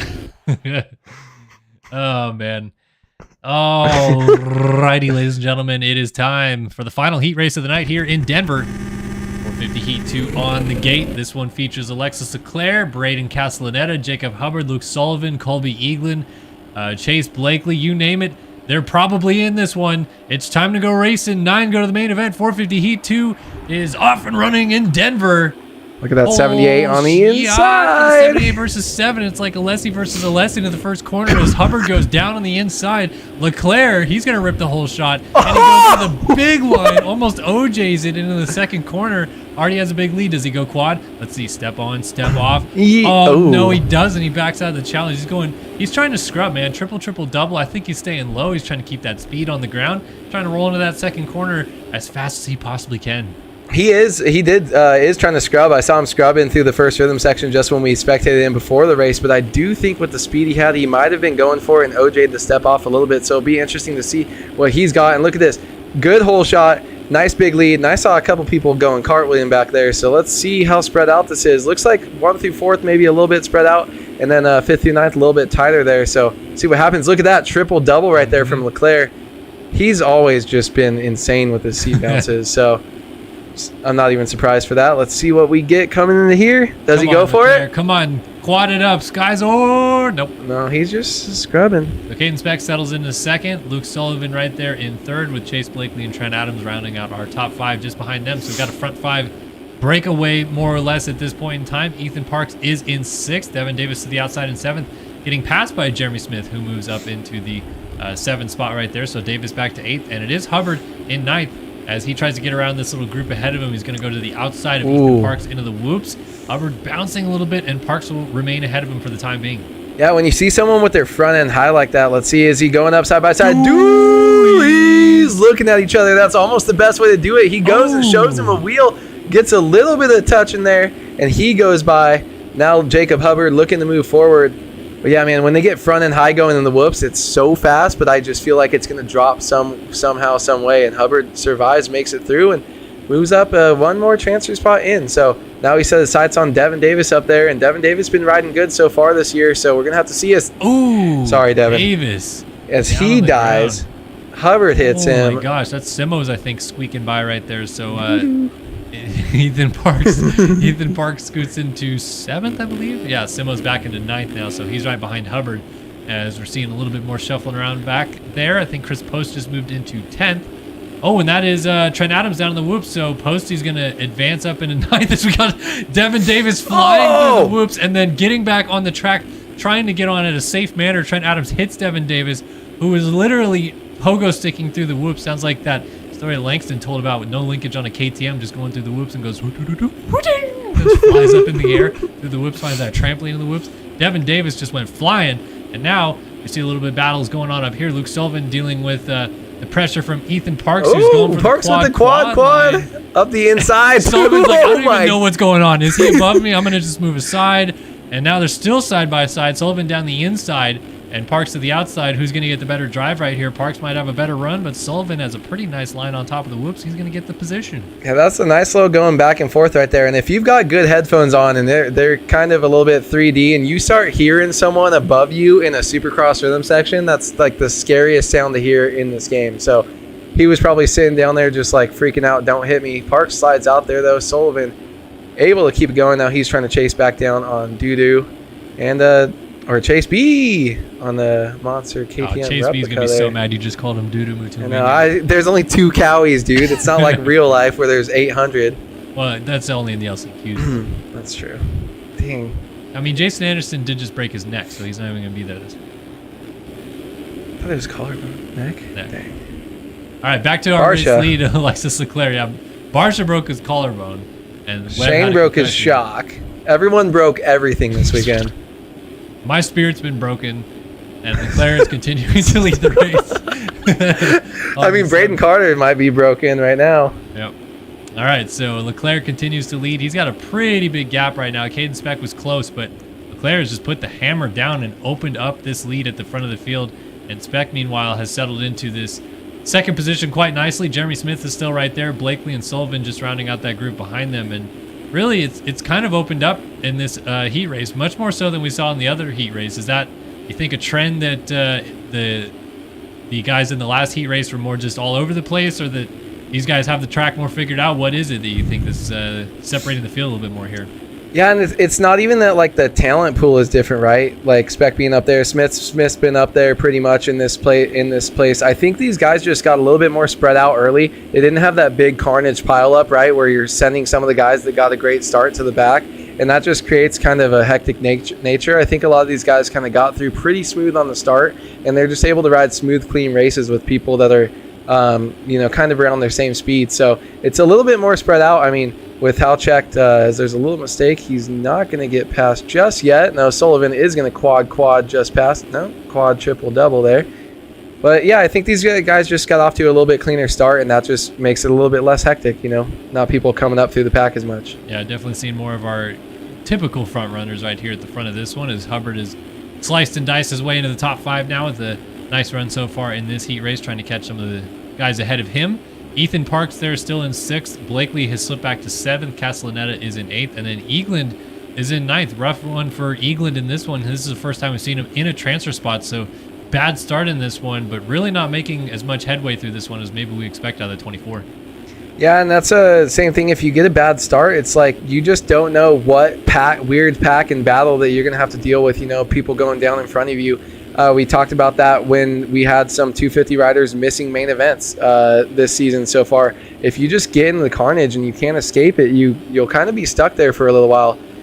So maybe Colby Eagland just had a little bit of string of bad luck here, but I mean, he worked his way back up into a transfer position past Devin Davis, Doo-Doo, all these guys that were up there. And you look at that, he's hitting big rhythms too, so he's trying to keep working his way up. And props to him. He won't have the best gate pick, but he seems to always show up in the main event. Yeah, well, he'll be out there with Braden Carter, because remember, Carter finished 8th in his heat race. So as long as Eagland makes it through, he'll be somewhere around the 1 machine. Let's head back up front because the white flag has waved, and Alexis Leclerc has essentially led this thing wire to wire. Got the good start, just beat Hubbard to the line, and off he went. So the 7 machine through the final couple of corners here on top of the whoops one more time is looking to get the big win here tonight to keep this title alive all the way to Salt Lake City. And this is a great way to start, as he's going to come down and win 450 heat number 2. Alexis Leclerc on top in Denver. Aiden Speck. Just like that, about 3 sections back is the next rider. Ethan Parks looks like he's going to go through. So Parks and Smith on top of the whoops. Going to catch Caden Speck, who's down in the corner. Oh, Sullivan trying to send it on Hubbard, but doesn't quite get it done. Meanwhile, Blakely's trying to send it on Castellaneta. He's not going to get it done. And hopping through the whoops one final time, Colby Eagland is going to get into the main event via the final transfer spot out of this heat race. The 24 machine not headed to the LCQ, but Devin Davis unfortunately is. Eduardo Simos, Seth Crotty, Brandon Nygren, Chris Post, Trent Adams, Kevin Frazaka, Seth Carr also headed to the LCQ with him. Sorry, I'm trying to get proof right here from Grant Harlan to see if he is actually racing. He's DM me on Instagram, so we'll see. But I believe it. I don't know. We'll see. We'll have to see. We'll get there when it's time.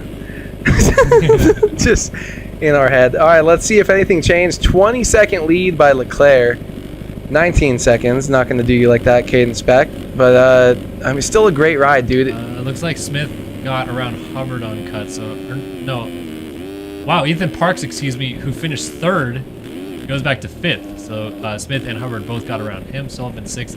Castellaneta seventh still. Blakely eighth. And Eaglin does, in fact, secure the final transfer spot in ninth. So that is our heat racing action done. It's time for the LCQs. Haywood, is it time for more bevs, you think? Yes, it is. All right, LCQs coming up. 250 LCQ will kick us off.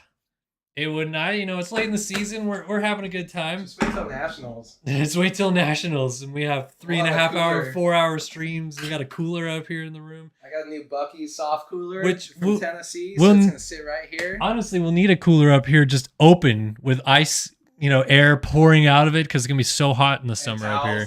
Yeah.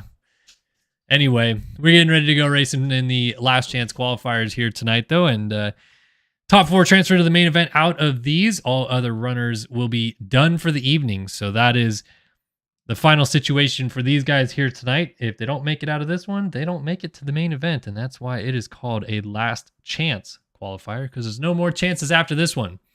So 250 LCQ will kick us off, and we'll roll into the 450 LCQ. And if what we've seen tonight thus far in the 450 heat races is any indication, we're at least up for some good battles if everybody is relatively close to each other. And hopefully that's what we end up seeing in these last chance qualifiers. So halfway through the night here in Denver, 2 LCQs to come, and then our main events as we roll into round 16 of MotoOption AMA Esports Supercross here in MX Simulator.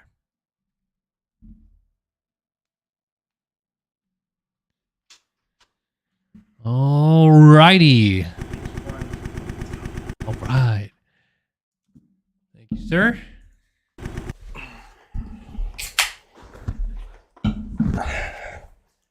$250 LCQ. Best races of the night. There you go. All right, who we got in this one? We got Sam Weigman. We got Enzo Butigny, Jack Fowler, Rogan McIntosh, Landon Bartol, Maxime Vanderbeek, Luke Fowler, Cash Woods, Carl Novak, Alex Cunningham, Zach Fisher, Jesse Flock, Ryan Anderson, Palmer Neely, Tanner Rogers, and Lucas Brune. Cash Woods might be the first millennial baby name Cash starting Woods. to get in here, but it's one of my favorite names out there on the track. So shout out Pretty Cash. I feel like with a name like Cash, you got to run the 555s or something like that, or the 777s. Like if you hit the jackpot in Vegas, you got to run a name or a number that suits having the name Cash. 777 would be pretty fire, but yeah. But the 555, you could spin it and put it on the jersey as $3 signs instead. Oh, that's true. Right? I like that. I do know a kid that lives by us at the river. His name is Cash Money, middle name Money. It's pretty cool. Wow. He's got a mullet. That's you got to live up to it. You have to. He can't not have a mullet for the rest of his life. Oh, man. That's good stuff. All right. Speaking of good stuff, last chance qualifiers, folks. Catch the fever. 4 riders go to the main event. Everybody else going home. You can see these guys are revved up and ready to go. Who's going to make the main event? Let's drop that gate. Off we go. And the 45 out of the middle is McIntosh in this one. And he is third in the championship. He's going to lead him into the first corner and out. So McIntosh with the early race lead. And settling in behind him, Lucas Brune trying to go through. You also have Butigny. And jumping up the inside of Butigny moving forward is Tanner Rogers. So we've got some pretty sharp riders at the front end of this field. Remember, Maxime Vanderbeek, 4th in the championship. He's in this one right there in 5th spot, as well as crossing over with each other. Rogers and Butigny almost get into each other. Nobody gets off the table cleanly. And this is a tight-knit group right at the start with not too much chaos going on. Yeah, Butigny, Rogers, and Vanderbeek. I feel like the biggest name here, and someone else goes down. Another leader down. Brune Wedding. and McIntosh both down. So Rogers to the front, Butigny second. Weigman and Vanderbeek also go through. So our front 4 have opened a bit of a gap. And that's huge because McIntosh, remember, 3rd in the championship. He's fighting with Vanderbeek, who's 4th in the championship, and they somehow end up in the LCQ together. Yeah, I mean, these guys just kind of can't seem to get away from each other. They've been battling all year, and it's coming down to almost the end right now. So Vanderbeek looking to go up the inside. No, he's just going to follow a little bit here. This big rhythm section is where it can change. Look at that. Boutigny kind of messes up a little bit. Vanderbeek goes long, though. Boutigny off the track. Can Vanderbeek get up on the inside? Yes, he does. Boutigny goes a little bit long, goes a little bit wide. And over. Oh, Weigman down. And passing them both is going to be McIntosh and Ryan Anderson. So Anderson goes through. He's actually going to pass up into third place as Boutigny slips back to fourth. And they're all kind of hopping through the whoops as Boutigny goes back by. McIntosh shows a wheel right there. Not quite close enough on Ryan Anderson, who's going to retain the spot right there in fourth spot. But 3, 4, 5 on our screen together, chasing down Maxime Vanderbeek ahead of him. Oh boy, this is going to get good. And you know McIntosh wants to get ahead of these guys in a hurry. He does not want to fall back to the group behind them. Yeah, I mean, it's when you're kind of on the bubble right here in an LCQ, all you want to do is get away from these guys, get as far out front as possible so you do have the chance to make some mistakes. Ryan Anderson riding pretty good here, but look at those guys. The 250 is having a little trouble going over. I'm not sure why they're not going on-off, if that rhythm's just a little bit harder, maybe even on the 250s as well. But these 250 riders, I see him clipping a lot of these on-offs in just a couple of the sections, but look at this up the inside. Is he going to give a charge? Side by side into the whoops. They both kind of hop at the same times, but this time it will be McIntosh who secures the position. So Anderson slips back to fifth, and there's a group of guys behind them. Cash Woods and Lucas Bruner back there. Dualies over the finish line jump. Oh, and did they Bruner hit? Goes down. I don't know. That was a weird one because they just kind of, I guess they it looked like Bruner got front wheel lock from hitting him maybe mid-whip, but that just makes it even cooler. Dualies. Touch. It's not cool when you don't land it, though, so that's the unfortunate part. Cash Woods is going after Ryan Anderson right here for the 5 spot. So Cash Woods, he wants to make some cash money and go to the main event here tonight on the Digital Worldwide 417, 412. I can't quite tell from here, but trying to make that pass on Sanderson. Meanwhile, just ahead of them, McIntosh has caught up to, and McIntosh goes down as he had just got to Boutigny's rear tire, and now McIntosh has it all to do again to try to get back into a position to go to the main event here. So that will move Anderson into the final transfer spot, but Cash Woods puts a block pass on him and goes through into 4th place anyway. Yeah, Cash Woods, he was at the beginning of this last lap, he was in 6th, 2 spots out, and just like that, you get a little bit of a gift, you make a pass, and just like that, you're into a transfer spot. So Cash Woods needs to keep trying to work his way up here, though. Just like we said, you want some breathing room. So a little bobble there, though. Those guys having trouble getting to that inside line before it gets fully developed. So we'll see if Cash Woods can kind of put on a little bit of a charge here and gain some time.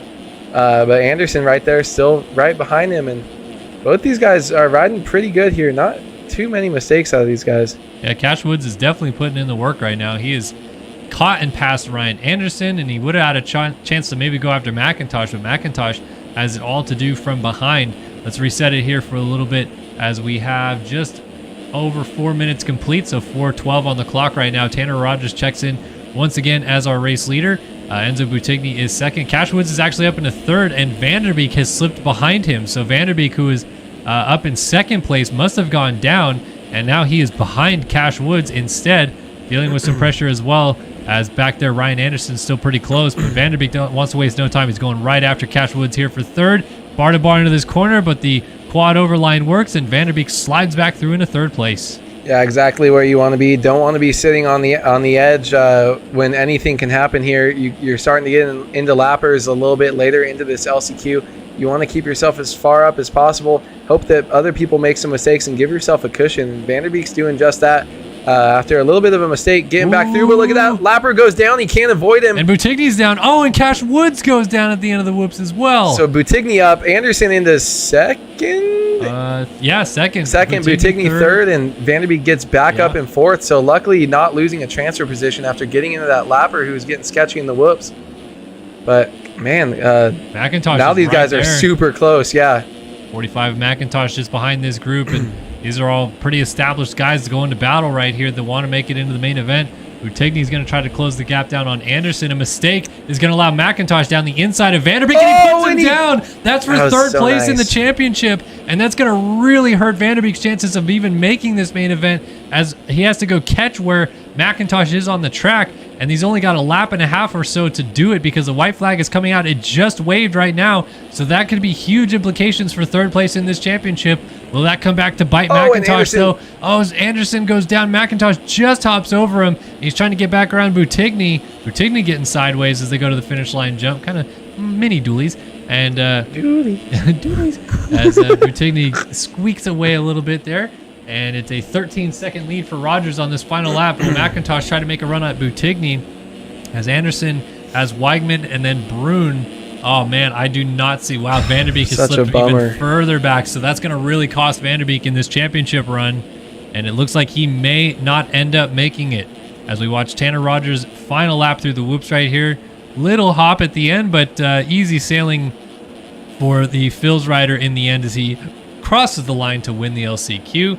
Rogan McIntosh, oh, he's side by side with Butigny.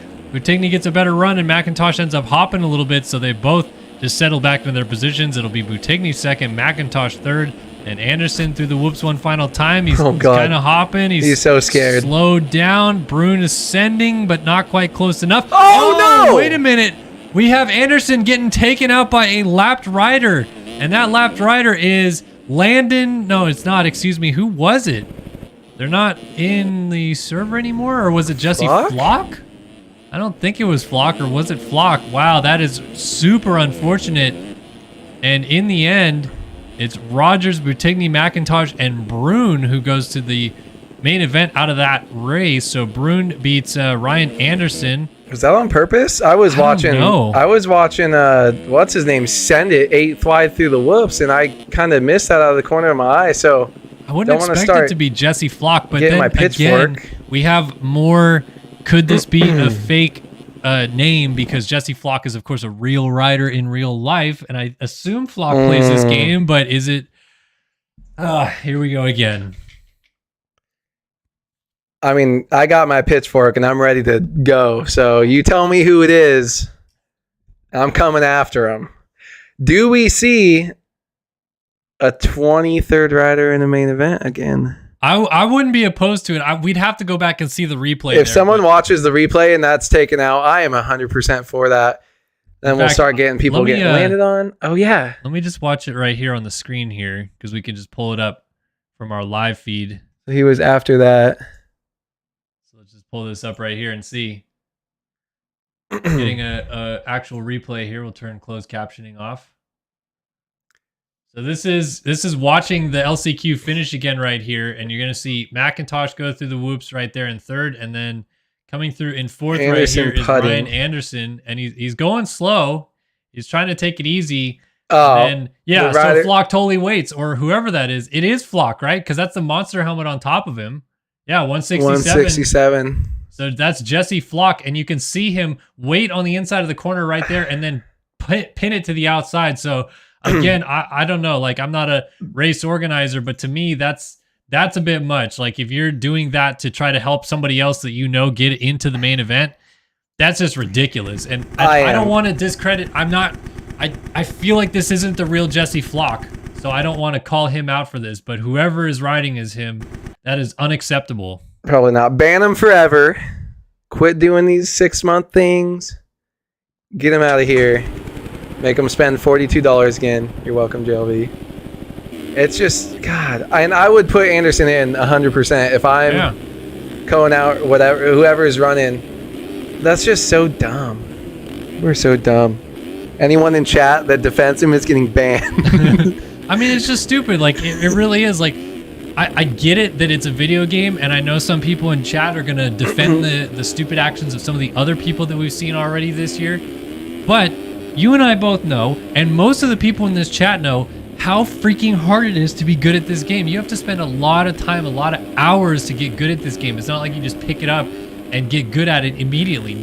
Almost nobody has ever done that. So to spend all this time to work, to get good, to get on teams, to practice, to dial in a setup, and try super hard and be 4th place in an LCQ, and some Nimrod idiot like that waits on the inside of a corner and takes you out, I would be pissed too. Everybody should be pissed if you're in that situation. So I don't think it's a defendable act in any shape of the matter by anybody. whether you're watching it and think it's a fair move or funny or whatever, or if you're in the race and think it's funny, it's stupid. That's how I feel about it. Banned for life. Anderson was like, dude, I'm just trying to make it in. I'm just riding my race. Like, and I feel for him. Like, if hopefully they put you in, Ryan, because I'm fine with there being another guy on the main one and then getting that person gone forever. Like, I feel like that's a solid trade-off, but that's lame. Kellen said Nimrod, which is awesome. So here we are getting ready for the 450 LCQ. Second best race of the night, probably. And here we are. We're watching Noah Baker just inside the box. Revs are up. Gate is down. Just like that, a couple riders going down. We got Seth Crotty up the inside. He's going a little bit wide, but he is going to take the whole shot. He hits that triple over, and a huge lead right now. Goes a little bit long. That's going to allow number 40 to get up close to him, but not make the pass here. But good night. So Seth Crotty still holding on the lead. Big rhythm out there. I think he quadded out. He looked like he was super high, but he does have some company now, making a couple mistakes. Let's see what happens here. They both go off the track. That's Alec Horn right there behind him.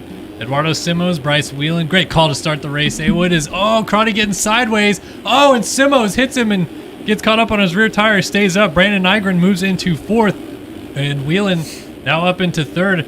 Remember, Whelan, we talked about it in his heat race, was leading with 1 lap to go, ended up 13th in his heat because of late crashes. So he's going to try to make amends for that, but I'm already liking what I'm seeing. Everybody's pretty close in this LCQ, and we're not seeing a breakaway train, and we have a huge freight train behind the final transfer spot as Whelan makes a small mistake. Nygren is thinking about it down the inside, but he's in a transfer spot, so he's going to settle for now. But you see Simos back there and a bunch of other guys right in tow as well. This is going to get good. Yeah, I mean, when the top 4 are this close as well, you got Dudu right back there, and then a couple other guys, especially when they're kind of mixing the match and so early. There's always an opportunity for action to keep going on all the way through the LCQ. So we're going to have to keep an eye on Nygren as he's coming through. Dudu's getting a little bit closer. His teammate Crotty's still up there in second place.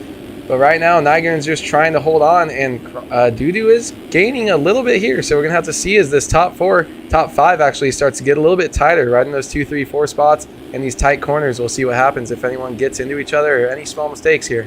That's the 194 of Dudu Mutombeño right there. Coming up in 5th place, Eduardo Simos closing this gap down. Meanwhile, Crotty just got passed up the inside as Whelan moves up from 3rd into 2nd place. So the Boots House Dr. Do Racing Suzukis are 3-4 right now, and Simos will love a piece of him coming out of Brazil on the 194. He's trying to make a main event tonight here in Denver. He's going down the inside, coming into the whoops, little cross jump. And will he get this pass done, or will he settle in? A little huckabuck for everybody through the whoops. And it's the Boots House Dr. Do Suzuki's. They get away clean thus far. They are still 3rd and 4th and throwing dualies over the finish line jumps. You got to love teammate dualies right there. Look at these guys both going after it. Both in the transfer spot, yep. Correct? So, man, these guys, it's got to be so scary, but maybe they, if they're friends, you play together, ride together a little bit more. So you kind of know what the other guy's doing. You got trust. Maybe you're talking to him a little bit, saying, hey, man, I'm going here. I'm doing this line. Don't do anything stupid. So I would be surprised if we see these guys kind of get into each other. The missed rhythm right there by Crotty is going to let Nygren actually go by easily, and that's going to allow Dudu to get into 4th. As Crotty is going to re-enter in 5th, but not too far behind. Dudu looking up the inside, not able to make it work, but this battle tightening up even more now. Oh, and look at that little mistake by Dudu going in the double and they take each other out. The 720 takeout stays on the bike. Oh my God. Man, I thought I only saw that in Mortal Kombat. That's ridiculous, as Devin Davis is going to shoot up into 4th place.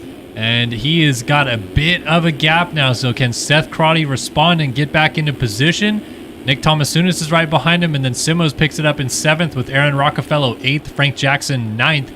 So any one of these guys would love an opportunity to get in the mix. But they're, I think, going to need a little bit of help closing this gap down. We might see some more crashing, though. You never know in these LCQs. It could kick off late. Ooh, Devin Davis hitting the big quad. Yeah, I mean, he's trying to work his way a little bit up further. He's got that 4th place position now with a little bit of a gap, but Crotty, Thomasounis, and Dudu, even Frank Jackson, not crazy far behind. Still going to be working their way up, and these races are a little bit longer in this 450 class, so there's definitely some time for something to happen. Devin Davis just wants to ride consistently, make his seemingly, like, he's made so many mains so far tonight.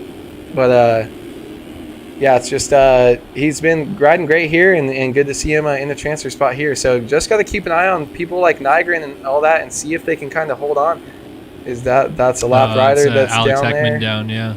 So up to the lead, though. The Phil's Yami boys are going back and forth, and Bryce Whelan just nabbed it away from Alec Horn.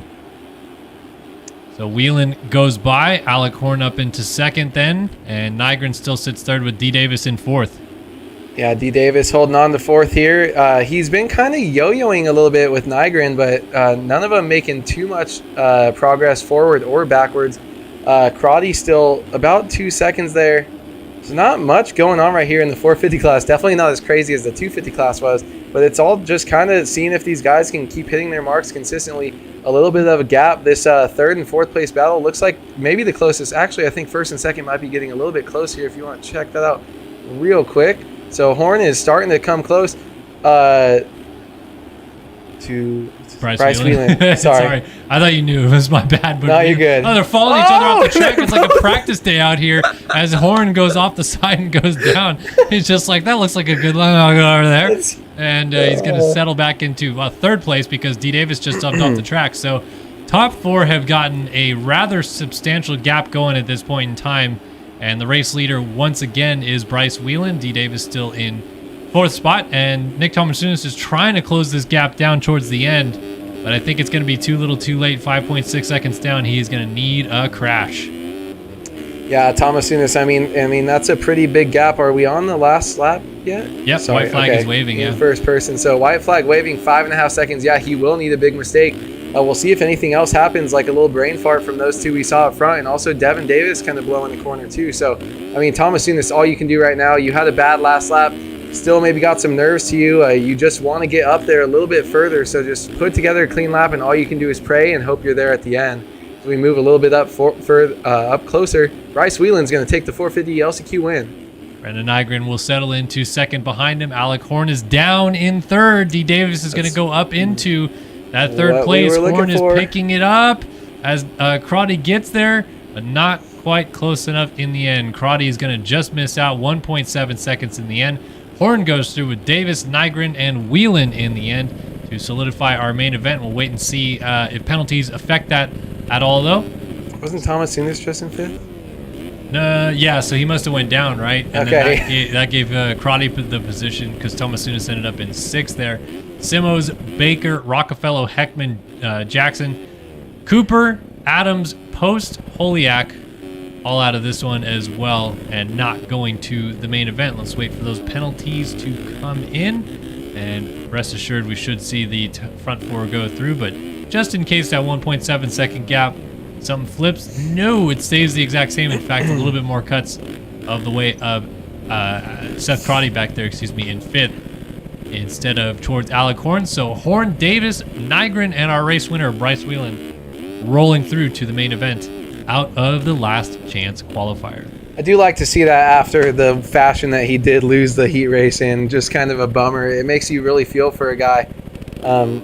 It's different than like Anderson, how you just have sympathy for him. But man, Whelan getting into someone and going down like that, just kind of not what you want to see the race be decided. So Whelan, whether it was his mistake or Carter or whatever, just a racing incident, man, losing a lead on the last lap of a race and not making it, that's a super bummer. So for Whelan to go out there and win this and just kind of reset, hopefully his night, should give him some confidence. He's a great rider. So I look forward to, that was stupid, seeing him in the top 10 in the 450 main event here tonight. And by the way, I did just get confirmation that justice has officially been given as Ryan Anderson is going to back row start the 250 main event tonight as a result of the incident with Jesse Flock.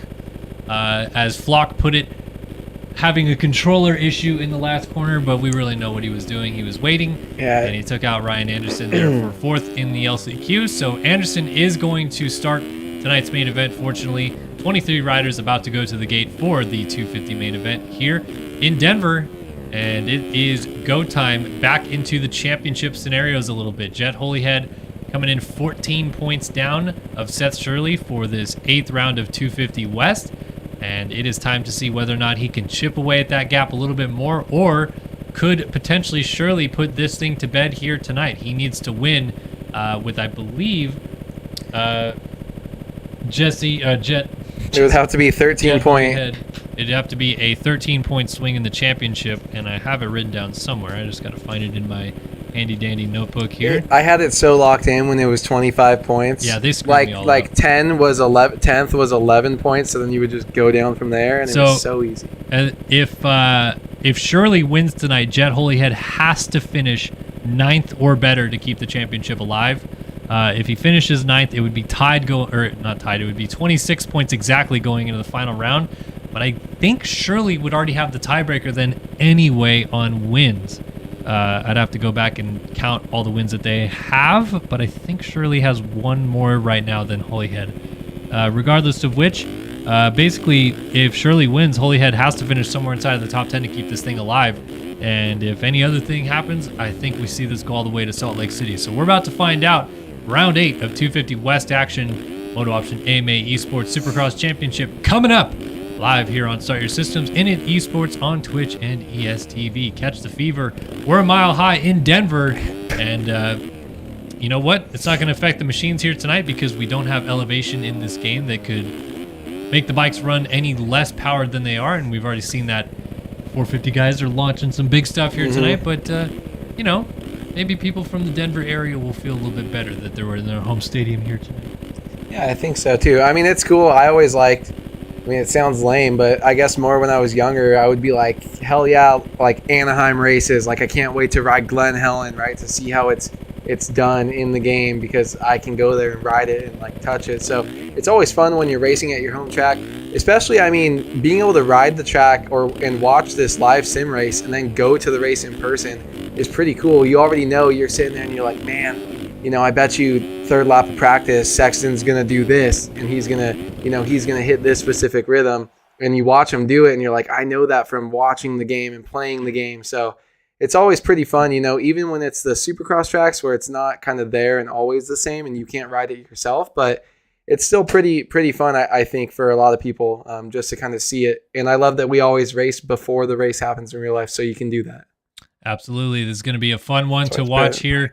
As let's go ahead and roll into our 250 main event graphic, get our timer ready, make sure we are all dialed in here in the studio so that we can bring you guys the action here from the 250 West main event.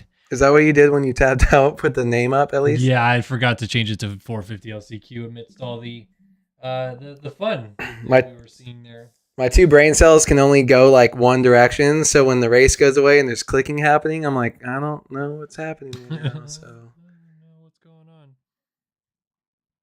All right. We are just about ready, Freddy. So I did get confirmation, kind of, that Grant Harlan is actually Grant Harlan Racing. Really? I don't know. He tried to send me multiple pictures on Instagram and they weren't loading, but like the fact that he followed me and DM'd me, I don't know. I've never had a picture not load, but I think so. Dude, he only blew his shoulder out. You can hold a controller. But okay, so here's the thing. All right, I need more proof, Grant. He quote unquote raced 2 weeks ago, right? Yeah. First time since, look, I don't want to bring old stuff back, but first time since he was banned for key sharing. Mm-hmm. That's the first time he's raced. True, that's not a good person to trust. And then suddenly there's title fights going on, and Grant Harlan is here battling with the guys in the middle of a title fight. So if it's really him, it's kind of stupid. If it's not him, someone else is being stupid. All right, I told him we need more proof. Because then he's like, hey, dude, I'll totally lie for you. I mean, we'll see. I like Grant a lot, and he's a super nice dude. I just don't want I don't want to give him the bad rap if he's the one getting in the mix here and making problems. I mean, he hasn't done anything dumb yet, so that's good, right? Yeah, hopefully that's the case, right? I can't believe he shaved his head. Didn't Benny make him?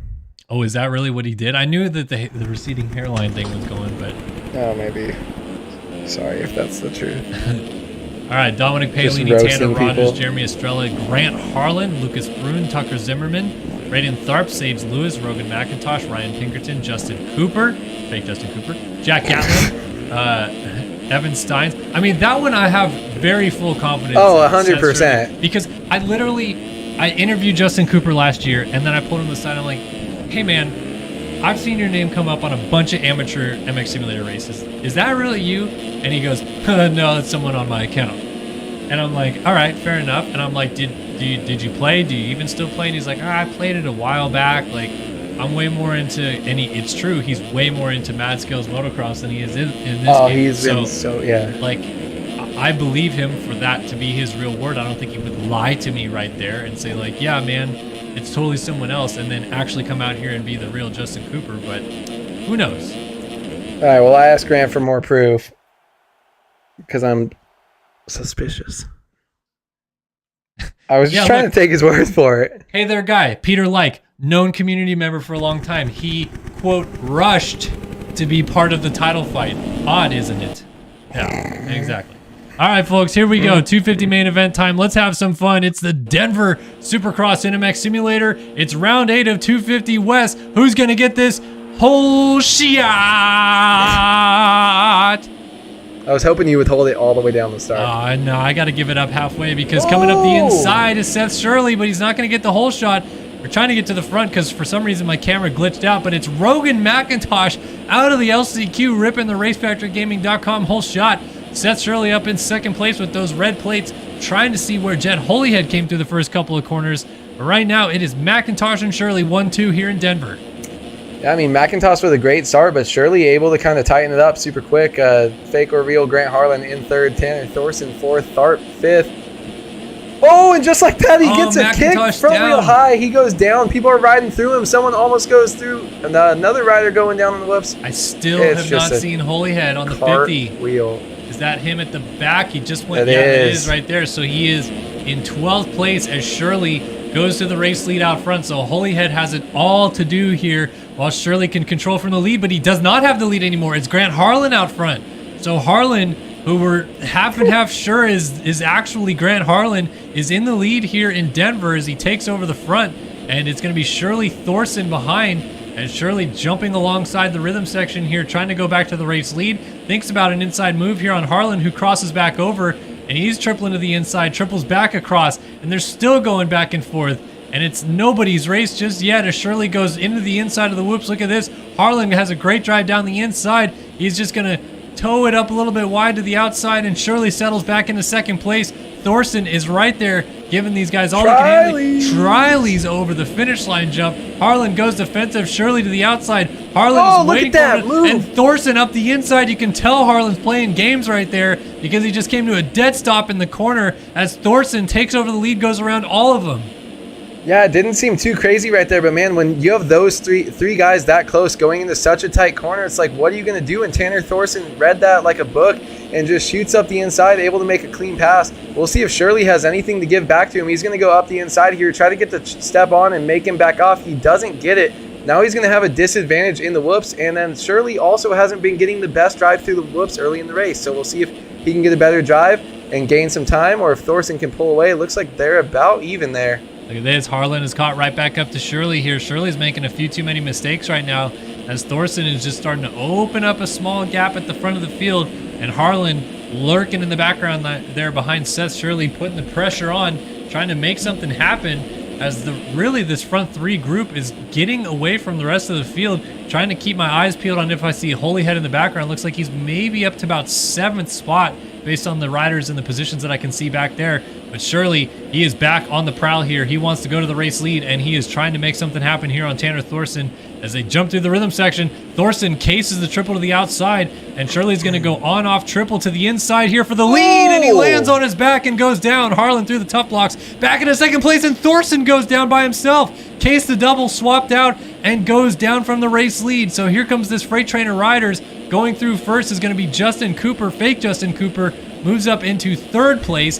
And there's McIntosh going around the outside of Thorson as Tharp goes up into 4th. McIntosh 5th, Thorson 6th. Brune is 7th. Holyhead is trying to get up to the inside of him.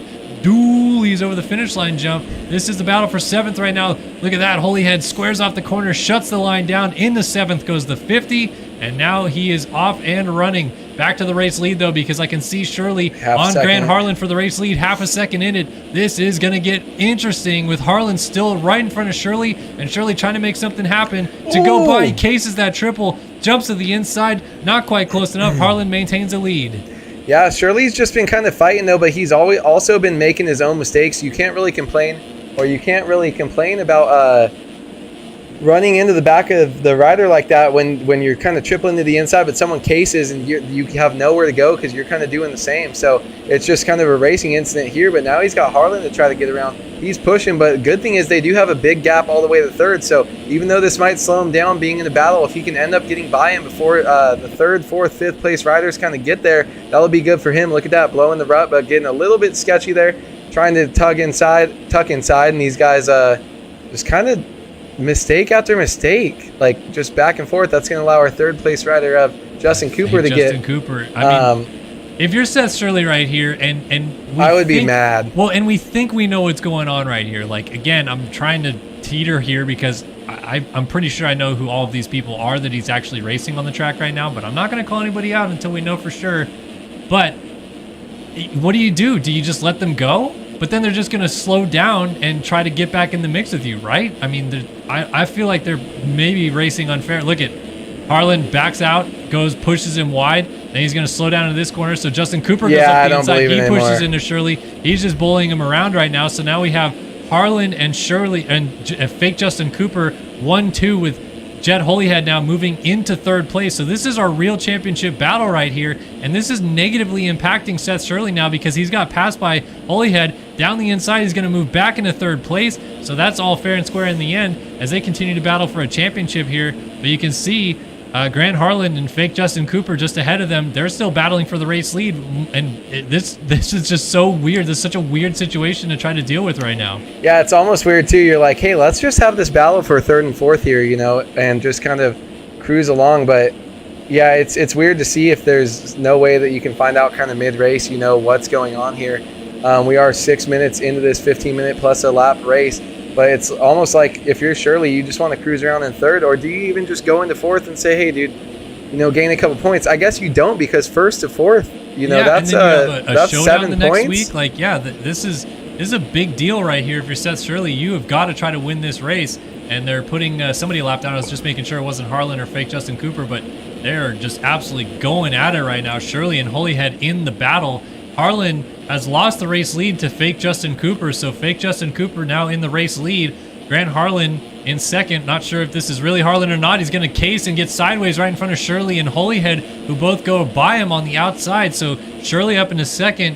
It's Holyhead now into 3rd, and their battle continues while they're all trying to battle each other up and over the big finish line jump. Shirley goes defensive, and look at this. Holyhead cuts back up underneath. He's going to try to block the line. They're getting into each other, and they both go down. Shirley's off the bike, and you could tell that Holyhead was not too thrilled with that move. He gave a little bike hump as he went by. So now Grant Harlan settles right back in front of Seth Shirley right here as they go through the inside lines together. This is now a battle for 3rd place. They're just trying to get through lap traffic. Look at this. Shirley's going to try to jump up the inside, and Harlan cuts the line off and puts Shirley on the ground. So Austin Schaefer goes by. Shirley is suddenly back into 5th spot as fake Justin Cooper continues to lead the race.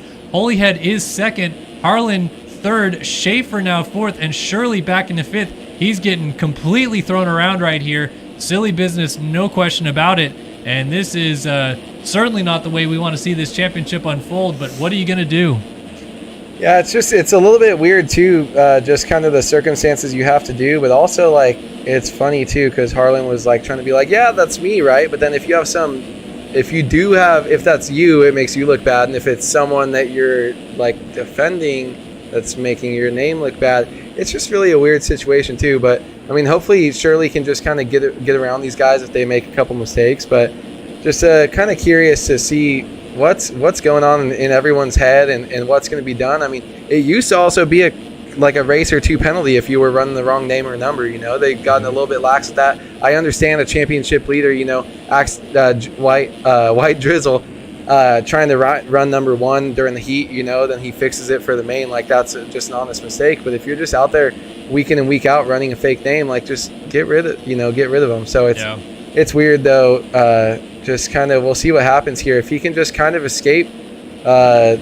Look at this, Harlan down the inside, hard block pass, and he has been kicked. Finally, the bans are raining down Grant Harlan. Oh, well, it actually says disconnected, so he went for the block pass and then disconnected, but I think he was actually banned. I think. Not too sure about that situation, though. Holyhead is now in the race lead. He got around fake Justin Cooper, so fake Justin Cooper now back into second place here. Seth Shirley is in third, and he's gotten kind of broken free from this Schaefer-Tharp mix going on back here in fourth and fifth, so a little bit of breathing room now for Seth Shirley to work with. Now the question is, can he get to fake Justin Cooper in second place? Because this is championship-wise not helping his case to go from a 14-point advantage down to a 9-point advantage with the East-West Showdown lurking next week.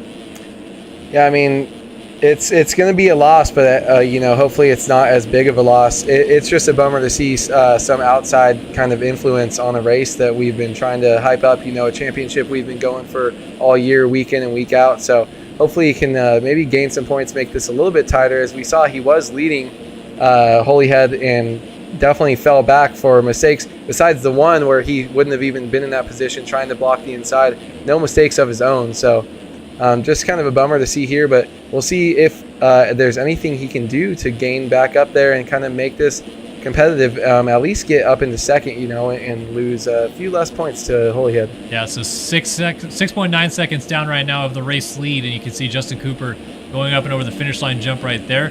Holyhead is, for what it's worth, just trying to put his head down, get away, and he spoke earlier tonight about how he is not involved in any of this weird funny business. He's not trying to do anything to help his advantage, and part of the reason why I believe him here is because none of the people that we believe are getting in the mix here and ruining this championship for Seth Shirley are associated with Covenant to begin with, and Holyhead is not an American rider, so it's not like he's really close friends with a lot of these guys that I assume are mixing it up as fake riders in this battle. So I don't think that Holyhead has anything to do with this, and it's unfortunate that he is going to end up kind of getting thrown under the bus for this anyway if Shirley loses his title thanks to some funny business. But right now, things have kind of settled back down. Shirley is in his own little groove here in third place, and no real pressure from behind. So fortunately, it seems like we've got a little bit of a clean window here, and now the real question is whether or not this race ends weird, or are we going to see everything go normal and back to regular plan here by the end. I do like how the guys, all the other guys riding and racing clean in fourth and fifth are Holyhead's actual Covenant teammates, just riding their own race, cruising around, not trying to get into any funny business. So that's, cool to see, and for the Covenant team to show that they're respectful, all that stuff. But I'm curious too, as if you're going to get rid of one guy, why not just get rid of the other one is not the person it is. So, at least let this Cooper into the lead now, Shirley into second, Holyhead into third. Happened. So just give her to Cooper and let it be a 1-2 race again. Fake Justin Cooper is in the race lead, and Holyhead is back into second now. He was momentarily third, but it looks like Shirley just made another mistake. And I will reiterate for anybody just joining right now and saying, oh, that could be the real Justin Cooper. It's not. I guess it could, but Justin Cooper himself, to my face, said, I don't play MX Simulator anymore. That is someone on my account. So whoever this is, whoever's impersonating Justin Cooper, it's not really him, and it sucks that we have to act like it's, some fake name or whatever it is, but it's not him, and he is leading this main event, potentially on his way to his first or maybe, seventh win or something like that, depending on who it is. But Jet Holyhead now in second. This is really kind of the battle for the win at this point in time, is this Holyhead versus Shirley thing. Not necessarily for points-wise, but just, the moral victory of this weird night that we're having here in Denver, of whether or not it's going to be Holyhead or Shirley coming out on top and gaining more points in this championship. Holyhead was in an advantage spot, but had a mistake, had a crash of some sort, and has slipped back to second. So now can Shirley close this gap down? And is he going to get back into his own head a little bit here after being thrown around a bit too? This has got to be weird for him, trying to deal with all this and race a main event. Yeah, I mean, if I was running this series right now, I'd get rid of Jay Coop, and then it's just you and it's just Shirley and Holyhead, mano y mano, 1-2, right? At least you might have a 3-second gap to what would then be first place, but at least it's just those two racing cleanly for the championship. But they're kind of yo-yoing a little bit right now. We've got a minute and a half plus a lap So these guys, Shirley makes another one of his own mistakes after gaining a little bit of time, and that's not a good spot on a 250 coming into the whoops. You're going to lose all this time not being able to get drive right there. But just like that, he goes by fake Justin Cooper. So this is now shifted. Loser. Loser. But Jet Holyhead has now reassumed the race lead here with 1 minute and 15 seconds left on the clock. Seth Shirley, a little slide out right there. And, that's good. He took him out. Yeah! He gets tossed across the track. No. I don't know who that was, but he got, and now he's going backwards on the track. Got to be careful right here. And he's going to remount okay, looks like, in the 3rd spot. So Shirley finally has the breathing room from that. And it looks like we're going to have a relatively clean finish down to the flag here. Holyhead gets involved. I think that may have been, Enzo Buttigni, I think, is out of this race already, but I don't want to speculate who that was. Anyway, Jet Holyhead is leading this thing, and we have about 30 seconds left on the clock, so this is going to be 2 to go this time by. Shirley has got this thing kind of closed back down again, 2.6 seconds. Lap traffic in between them. But this could get a little bit fun down the stretch. Lap traffic down on the straightaway. Shirley splits those guys, gets around, and it's 2.7 seconds. Never know what could happen late in this main event. Yeah, one rider or 2 riders between the two. It could go either person's way. It could fault Shirley. Kind of just depends on where he runs into them and what happens. But, this is the closest that we've seen this race since it was earlier when they were actually riding together. So it'll be fun to see what happens. Here we go. Gap down to 1.1 second here. Holyhead made a mistake, and now he is behind that lap traffic that Shirley was trying to get through. So you can see wheel to wheel just in front of him here. This is going to be the battle for the win in Denver. Holyhead gets up on top pretty well. Shirley is coming back, though, late in the whoops. And here we go. Final lap. Almost nothing in it between our front two in the lead here, trying to battle for this win. Championship implications on the line. 14-point lead right now for Shirley is provisionally down to 11 with Holyhead leading this main event. Who is going to come out on top? Rogan McIntosh a lap down right in front of them.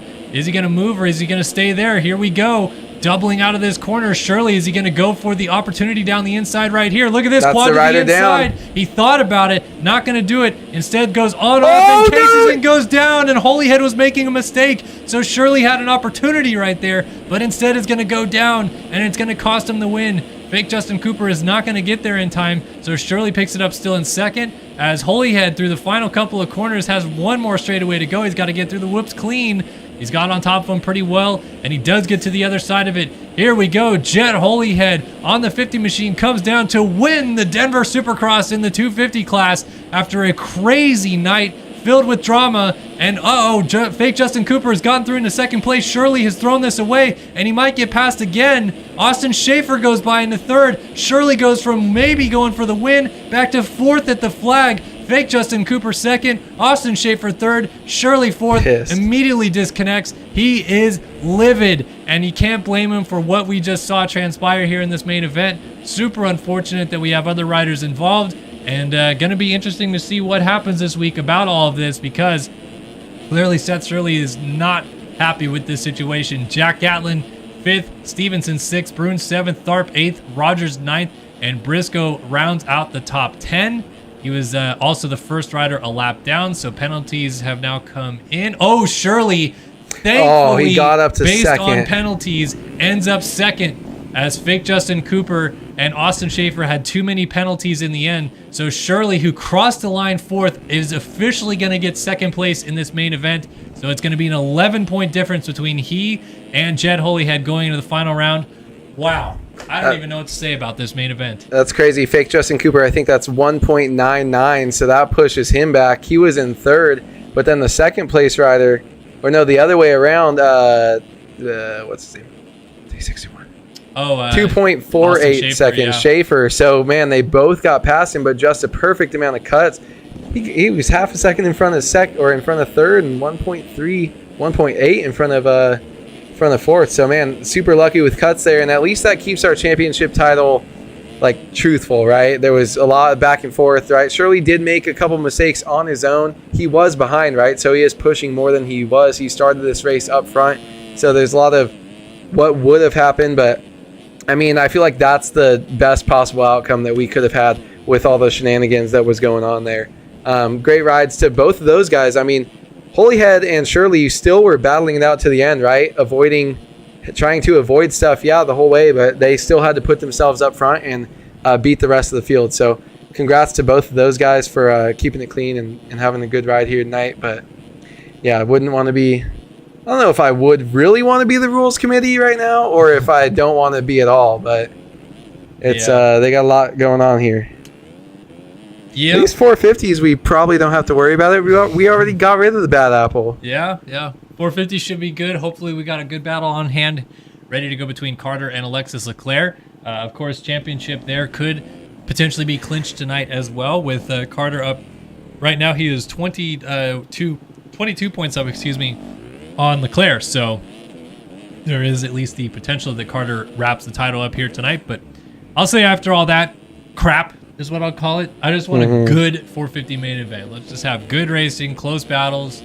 We didn't even get to talk about some of the big other guys that were in the mix here. Jack Gatlin, he had a great night. He finished 5th. Hayden Stevenson was 6th. Lucas Bruin, Braden Tharp, Tanner Rogers, like Timmy Briscoe. A couple of those guys going through the LCQ too with top 10s. I mean, look at Jack Gatlin just donated €5 and says it was his first top 5 in Supercross.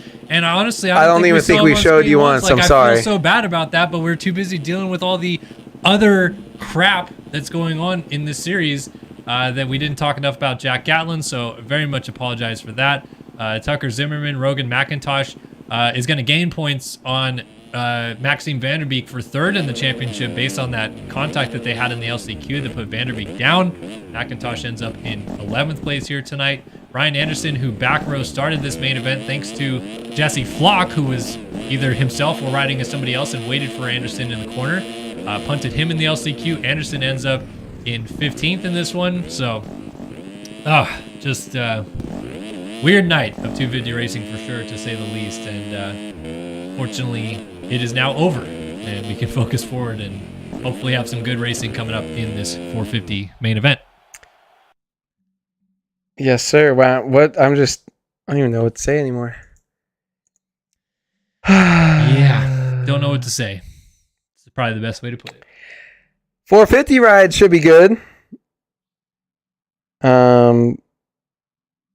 I guess not really. I mean, I guess we'll see what Carter does. Carter's so far away at championship. So what we're looking for here tonight going into the 450 main event is if Braden Carter can get 1st place and Alexis Leclerc gets 3rd, he wins the championship, can lock it up here 1 round early. If they go 2-4 though, that's not a big enough gap. He's going to be at 26 and he's going to still have a chance to lose. I guess he would win on tie, right? So 2-4 would still win it because he's got so many more wins on the year.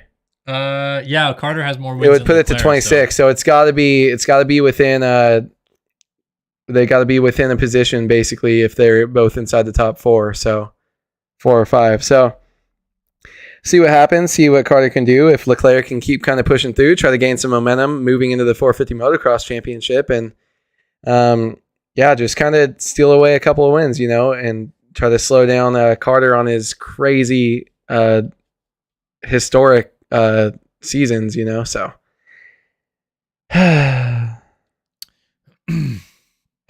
I mean, I'm not meat glazing him, Austin. You're meat glazing cheaters and also key sharers and everything like that by saying I'm meat glazing Seth Shirley. So you can go meat glaze yourself, honestly, because that's ridiculous. Like, I bit my tongue as much as I could during that main event, but the people that are doing that, the people that think that's funny, are stupid and they suck and they ruin the nature of what's fun about competitive MX Simulator racing. I will bite my tongue as long as I possibly can about that, but sometimes when I get called out by people like you, I won't anymore. So shut up. It sucks because I saw Schaefer. He was like, man, dude, Seth Shirley's just got the best luck, right? And I guess I'm thinking, okay, you got 2.5 seconds of cuts, right? He dropped back some points. You got a podium, and then you lost it to him because you had cuts. And I was going to be like, haha, that's funny, Schaefer. But then to see him think that we're, just slobbing on him, it's just like, I don't know, man. Get him. We're moving in to the 450 main event.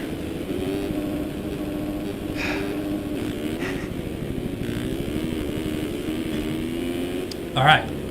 Bryce Whelan, Chase Blakely, Jeremy Smith, Ethan Olson, Jacob Hubbard, Ethan Parks, Luke Sullivan, Brandon Larson, Adam Holm, Braden Castellaneta, Colby Eagland, Alec Horn, Rasmus Balzer, Austin Bear, Talon Zollers, Brandon Nygren, Alexis Leclerc, Devin Davis, Caden Speck, Braden Carter, Tyler Lang, and Caleb Hall going to the night for the 450 main event from Denver.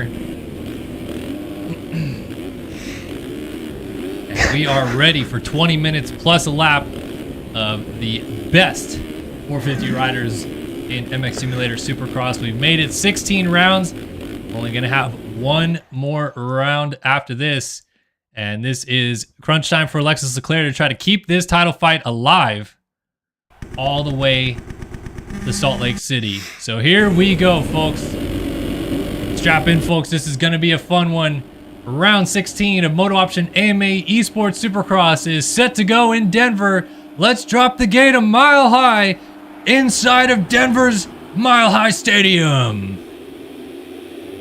Look at that JS4 SYS machine. Hubbard. But Hubbard, he's the GOAT. Jacob Hubbard rips the RaceFactorGaming.com whole shot award as a lot of guys pushed wide, including Braden Carter. Colby Eagland is going to come out of this one in second place. Jeremy Smith third. Rasmus Balzer is in a good spot. He's actually going to shoot into third around JS4 as Adam Holm cases the triple through the rhythm section. And you can see Caleb Hall moving into the top 5 side by side. JS4 and Balzer. Looks like Balzer the outside is going to try to make this run into the whoops to move into third place, and he's got it as Hubbard continues to lead the race, trying to see where our championship rivals in Leclerc and Carter ended up, because Carter definitely went off the track in the first corner. I did not see what happened to the 7 of Leclerc, but so far not coming up on timing and scoring just yet, as Eagland's already trying to go to the lead on Hubbard.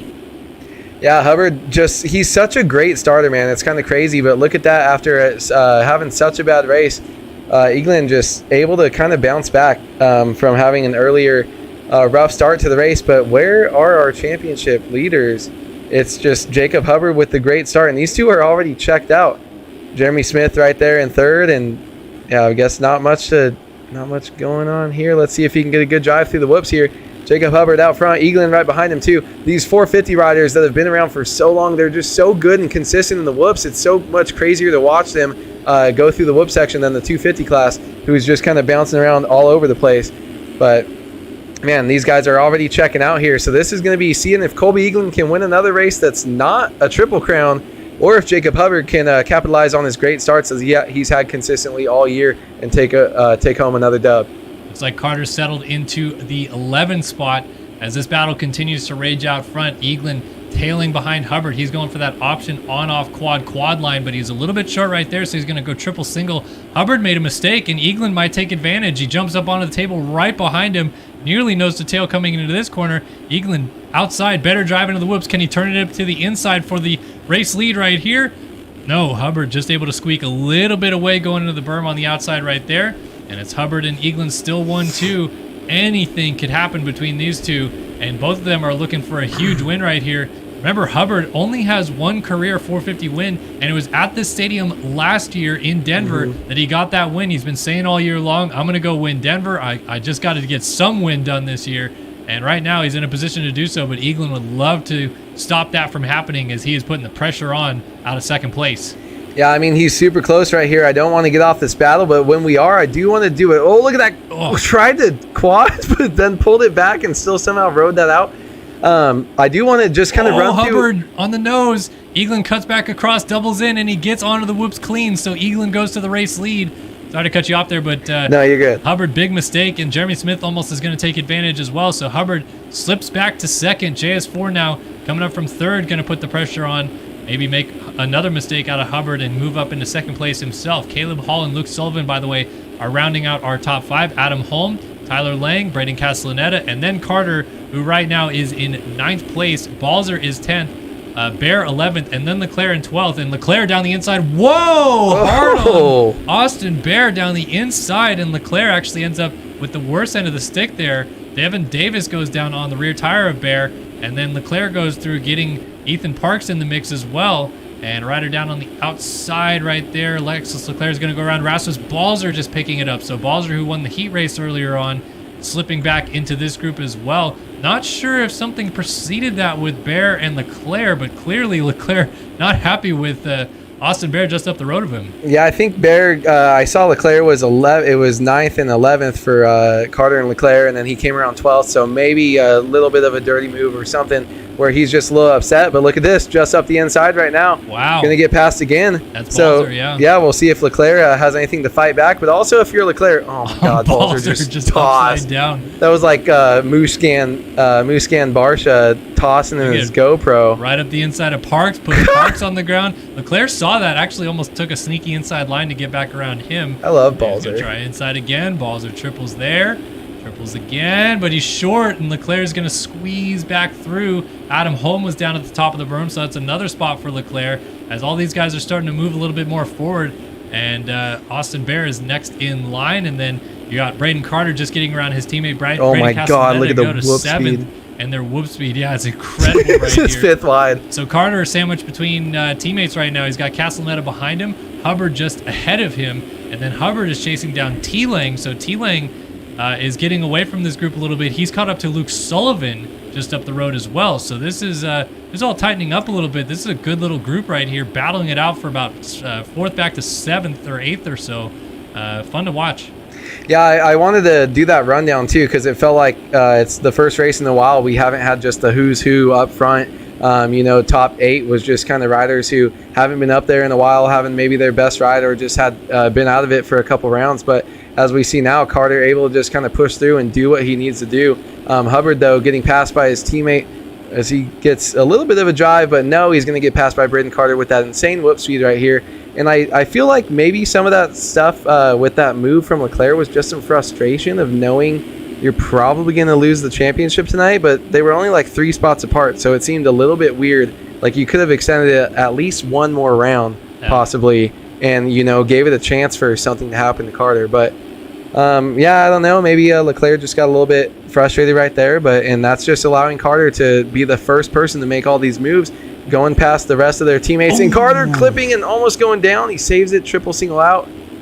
And he's going to keep moving on. Yeah, he's right behind T-Lang right here. By the way, we have a change for the lead. Jeremy Smith is leading this main event suddenly because Colby Eaglin crashed while leading this race and slipped back. He's now down in 11th spot, so Eaglin went backwards in a hurry. And JS4, it has been a long time since Jeremy Smith won a main event. We'll have to dig back through the annals a little bit and find out exactly when it last was. But he's out front here in Denver, and he's been consistent tonight. He was consistently charging forward in his heat race, ended up in 3rd in that one. Now he's up in the mix here, leading this main event.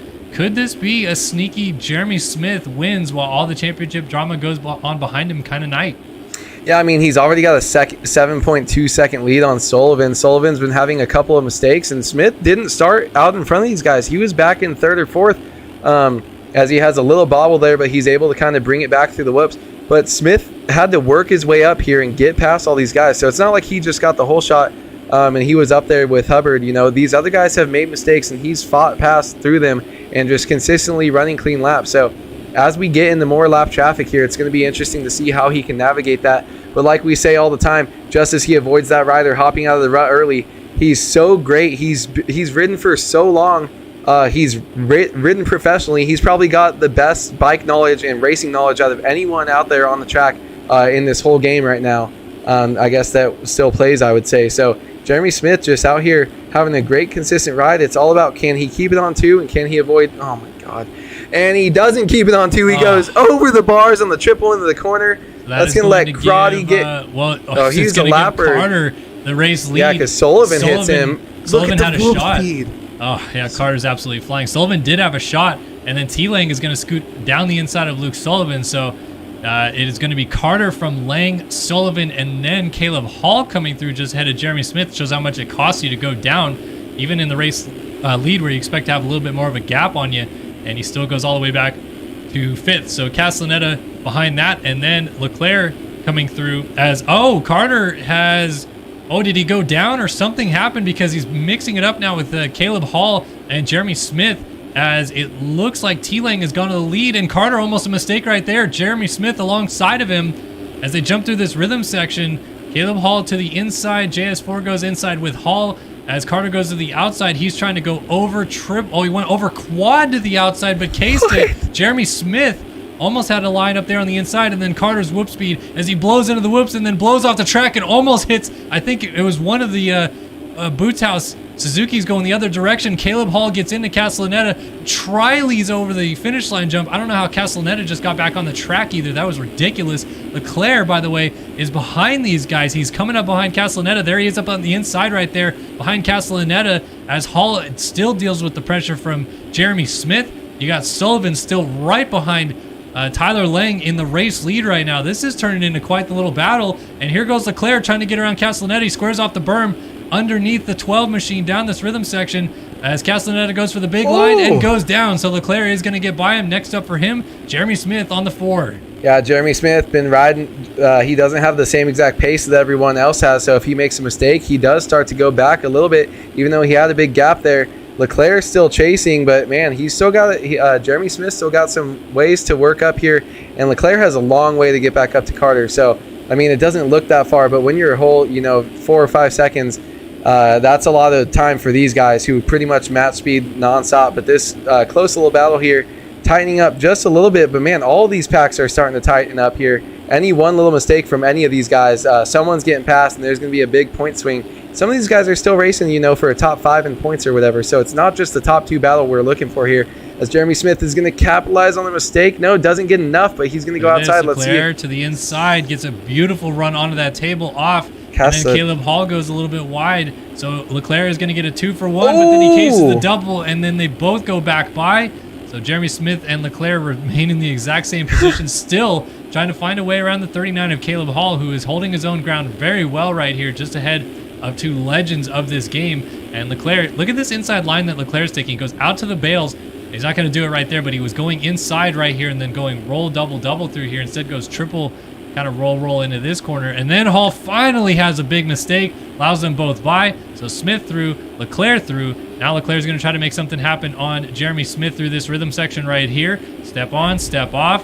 Leclerc following. They both go for the triple double line. Smith to the outside, Leclerc to that inside again. Hits that inside rut, steps up on, gets off, and triples to the inside. Leclerc finally seals the deal, moves up into 4th place. Luke Sullivan is in 3rd, Lang in 2nd, change for the lead. Carter has gone through all these guys. He just got around T-Lang to move up to the front. Carter is trying to win this title here tonight, and he is in a position right now to do so as he goes back to the front in Denver. Yeah, I mean, Leclerc up into 4th. He's got to get all the way up into 2nd, which is about 6 full seconds away for him to do that, to extend this one more round. So Braden Carter, if he holds on to 1st place here, with Lang right behind him, he's going to be the championship leader here tonight. He's got to have some big mistakes happen from the guys behind, but just like that, Lang goes off the track, loses the spot. Oh, and Sullivan lands sideways into him, and they just are able not to go down. And somehow Leclerc went down again because Jeremy Smith has gotten back around him, and there's a big gap now to the race leaders. It was a lot closer than it was a few laps ago, and now Lang way up here after the whoops, JS4 just entering the whoops. That is a much different gap than we saw. So this is a situation now where Carter is on the verge of clinching this championship around early, and this could be huge for the 1. Yeah, I mean, Braden Carter, it'll be his 3rd championship in a row. It's just, he's absolutely so dominant in Supercross lately. Hasn't been able to get it done outdoors as much like you just said, but when it comes to Supercross, man, it's just, he's just different. Like, just like that, right different. There. He likes flat tracking, he likes to let the rear end loose a little bit. Sullivan looking to come up here. But, I mean, even if he does drop a spot, Leclerc's got to get with him 2 points. Sullivan gets into a lapper. That's going to allow Lang right by again. So, I mean, all of these guys, any mistake that they make, though, is good news for Leclerc. But after Leclerc's last mistake, I don't think they have enough time. I mean, 7 minutes plus a lap, anything can happen. But the way that these guys ride, I don't know. I feel like it's kind of he's just riding home towards that checkered flag. Yeah, I mean, Leclerc's still down in 5th, not making too many inroads on Jeremy Smith ahead of him. So this is starting to just boil down to whether or not Carter blows this, because this is a situation where it's kind of falling into his lap a little bit. I know he's winning this race and he's doing a terrific job, but Leclerc is plenty of positions back for Carter to wrap this early. Even if he were to slip back to 2nd, it would still be enough for him to get it done here tonight. So Leclerc has got to start making some moves and making some inroads on these race leaders, because we're running out of time. We only are down to 6 minutes plus a lap coming up here. Carter dealing with a lot of lap traffic, though. That is Brandon Larson, I think, and Devin Davis, maybe. Larson moves aside, and then Davis also moves aside very nicely. And then Balzer getting lapped, as well as Larson teeing up Davis in the background. Yeah, I saw that, but also I looked down in chat too, and the guy named Ben Points is saying, "What's the points gap?" And I'm like, "Is you made the count just because you want to learn the points?" Dude, he loves But he just loves points so much. Yeah, I mean, just takeouts everywhere. It's a good time, but Braden Carter just built so different, dude. A mistake right there getting around Balzer though, and Lang is trying to keep it close. Oh, is it Parker? Oh no, I called him Barker again, not Balzer. Balls to the Walzer. All right, so then Sullivan gets around Lang for second place. So back and forth we go for that 2 spot as well. Leclerc is back into 4th place seconds, now. Though. But yeah, he's got a big gap to make up. 48.3 last time by. I'm just going to do a quick lap time check here. So 47.5, 8 seconds down. 51.6 for Lang last time by, and a 48.4 for Sullivan. So they're going slower, not that much slower, but you know it's feasible that they maybe start battling with each other, slow each other down, and allow Leclerc into it. Because if Leclerc can finish second here tonight, that means that the championship goes all the way to Salt Lake City no matter what. Third or worse with the Carter win, and the championship falls in Carter's favor here tonight in Denver. So this is really this Lang-Sullivan battle could decide a champion right here and right now. Yeah, I mean, this is all it is. That's all we've been looking at is how close can Leclerc get. And these guys have been going back and forth, seemingly making mistakes, but Leclerc hasn't been gaining. So it seems like he's just been making just as many mistakes as they have, if not more. So these guys, every time they get close to each other, I kind of tighten up a little bit. Like, if they both go down, can Leclerc make a mistake? T. Lang lays it over right there.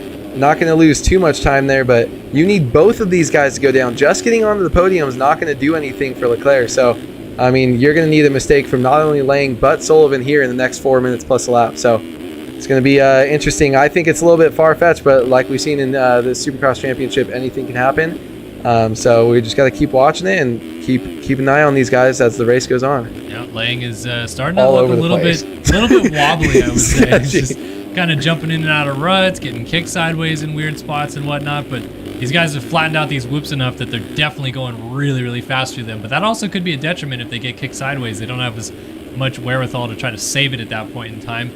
Meanwhile, Carter is continuing to lead this race. He's looking for his 21st career win, his 8th win of the season. And could it be a championship ceiling win? Well, we talked about legacy earlier here tonight, Andrew, and where does Carter sit on the all-time ranks? But obviously we have to consider where he sits in Supercross at the moment right now. He's going to be maybe the first 3-time champion. And as I say that, he goes down. I don't think that's going to be enough to give Sullivan the lead. Carter's going to pick it up in a pretty nice position right there. And a couple teammates go by. Sullivan will get there. I'm not going to bring up that Carter situation again because this is going to get dicey if he moves back into 3rd place. Stop talking about Carter. Yeah, let's just go back to the action here as Carter checks in as the race leader onto the 22nd lap of the race, and we still have 3 minutes on the clock. This is short lap times making this track wear down as much as it has, and it's caught Carter out a little bit right there. How about Luke Sullivan looking for his first career 450 main event win? This would be huge for the 11, and Carter making the mistakes that he has allowed Sullivan back into the picture here. Yeah, it's crazy that would be his first career win. I remember him just dominating 250s for a while as he almost is going to get into a lapper there or get into a crash rider there and get by Hubbard. But he's just, I feel like he's always been so far up, but I think he just dominated 250s for a while or was such a contender. And then he's always been a great starter and kind of around, but never able to seal the deal. So it would be great for him to go and kind of snag one of these things away, especially late in this championship. But I mean, our championship leader is never giving up. So it's not like real life where they're going to back it down a little bit and try to stay healthy, you know, coming in the outdoors. Every time these guys hit the track, they want to win. So he's got to keep pushing and making this happen himself if he wants to take this dub. Yeah, it looks like Carter's able to just sneak away just a little bit more. Oh, wait a minute. Sullivan's leading this race. Has Carter been down? Yeah, okay, Carter went down. I was confused. I thought Hubbard was in second. I was lost. I was looking at timing and scoring. I saw how much closer Leclerc was. I know Carter made a mistake, but I didn't realize it was way, way closer because suddenly Lang has Leclerc not too far behind him as they go through this bowl corner right now. And suddenly we have Sullivan leading this main event with only a few laps to go. Carter is going to try to close this back down. This could get really interesting here with about 3 laps left to go. Oh, and Carter! No! How did he say that? But then he goes down. He perfectly 360'd onto that. whoop right there. So Lang goes by right there. Here comes Leclerc. Put him on the They ground. almost get into each other, and this is the fight for the championship, but now it's in a situation where Carter cannot clinch as it runs. So Leclerc, he might just go up the inside right here. Look at this. Little nose, little nudge, but nothing too aggressive just yet. As Leclerc settles back in, Ethan Parks. Oh, and he Carter, was a big defending way mistake. too hard. Huge mistake for Carter. He's going to get back on right behind Leclerc. Oh, I thought he was jumping into He the almost inside killed that right other there. guy. And that was Ethan Parks going down. So now Carter goes back to work. He has gone from the lead to the 4th position in a hurry. And Lang is back behind these guys. He went down as well. So this is now Leclerc in 2nd, Lang back to 4th, with Carter splitting them in the final spot of the podium as Sullivan leads this main event. And Carter's down again. Oh my God! Wow, he's falling throwing. apart. He's not him. Man, that's crazy because Lang, it was either all on Carter. Do you get back into 1st and then even if he ends up getting 3rd, you're fine. But then once he's in 2nd, I was just keeping my eyes on Lang too, because if Lang stays there, but then Carter goes and throws it away all on his own. No lappers in the way, no takeouts, no nothing. So Carter is, completely the one that's pushing this to go to the final round in Salt Lake City. But man, Leclerc, that's good for him for fighting back. He had such a bad start. I first saw him back in 12th place battling, and now he's all the way up into a podium spot. So Leclerc able to extend this championship one more and keep himself alive. Look who he's lapping, Austin Bear, who he got into earlier. And that is why Bear did not let him go by that easily. So Leclerc finally makes it through. Meanwhile, white flag is about to wave. Oh, first win maybe for Luke Sullivan. He's got to survive for one more lap here on the 11 TSCZ Productions ride. This would be awesome. We had a first-time winner at Denver last year in Jacob Hubbard. Luke Sullivan might break through here tonight in Denver, Colorado, and this would be massive for the 11. Yeah, Luke Sullivan, it would be such a great ride here. He's been in the series for so long. Not in 450s as long as I feel like I said, remember him so far in 250s, but man, getting your first 450 career win, because we did that, is just super special. It's just so much different than the 250 class. It means so much more, especially when you've been playing the game for as long as he is. He's got that number 11. He's had some amazing series that he's put together forever. But just like that, coming to the finish line. Here we go. How about it, folks? First time winner tonight. Luke Sullivan wins the Denver Supercross and MX Simulator for his first career 450 main event victory. Hell yeah, that's Alexis awesome. Leclerc comes all the way back to 2nd. Lang rounds out the podium. Jeremy Smith is going to beat Braden Carter to the line. Castellaneta also got around Carter. So Castellaneta is into 5th. Carter is going to finish this race in 6th place. And so that would garner him 17 points to Leclerc's 23 that he just pulled down right here. That is a 6-point swing from 22 down to 16 with 1 round to go. We'll have to wait for penalties to conclude that for sure. Colby Eagland ends up in 7th. Caleb Hall 8th. Adam Holm 9th. Jacob Hubbard 10th. Austin Bear 11th, Ethan Parks, Evan Davis down the order. Let's take a look at penalties real quick. Carter remains 6th, Leclerc remains 2nd. 16 points in it going into the final round of this championship between Carter and Leclerc, who were also battling all the way to the final round in both 2022 and 2021. So for the 3rd year in a row, they take it all the way to the end. So Blakely, Olsen, Zoller, Speck, Nygren, Whelan, Horn, Larson, Balzer, Davis, Parks, Bear, with Hubbard inside the top 10, Holm, Hall, Eagland, Carter, Castellaneta, Smith, Lang, Leclerc, and for the first time in his 450 career, Luke Sullivan is a 450 main event winner here tonight in Denver. God, that's so awesome for him. So cool to see after working for it for so long, finally get that done, and you just do it in such a good fashion. He wasn't up front the whole way, had a good start, kind of faded back a little bit, and was able to just keep fighting through and fighting through adversity to get through to the lead there. So, man, that's just awesome by him. Just super pumped to see anyone get their first win anytime in these series that we see that. It's just such an awesome feeling, I know, for him.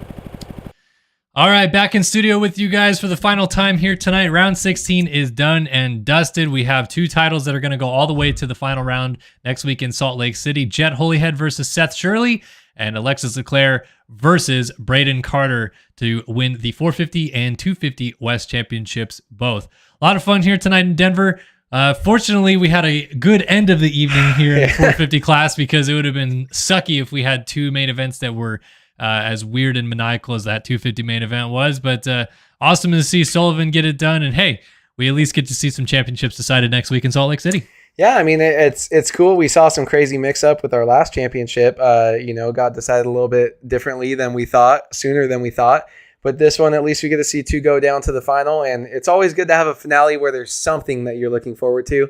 Maybe not the way that some of the riders had planned it, but hey, we're going to the final, and it really will be a finale. And I can't wait to see some championships get crowned and see what other kind of exciting racing we have. Absolutely. Well, those crowning achievements will come next week at Salt Lake City, same time, same place, live here on Start Your Systems, Init Esports on Twitch and ESTV. Want to give a final shout out, of course, to MotoOption, Phil Ski and Snowboard, Underground RC, and Race Tech Suspension for backing the series and making it all possible for us all year long, as well as you fans that tuned in and watched here tonight for the 16th round of MotoOption AMA Esports Supercross.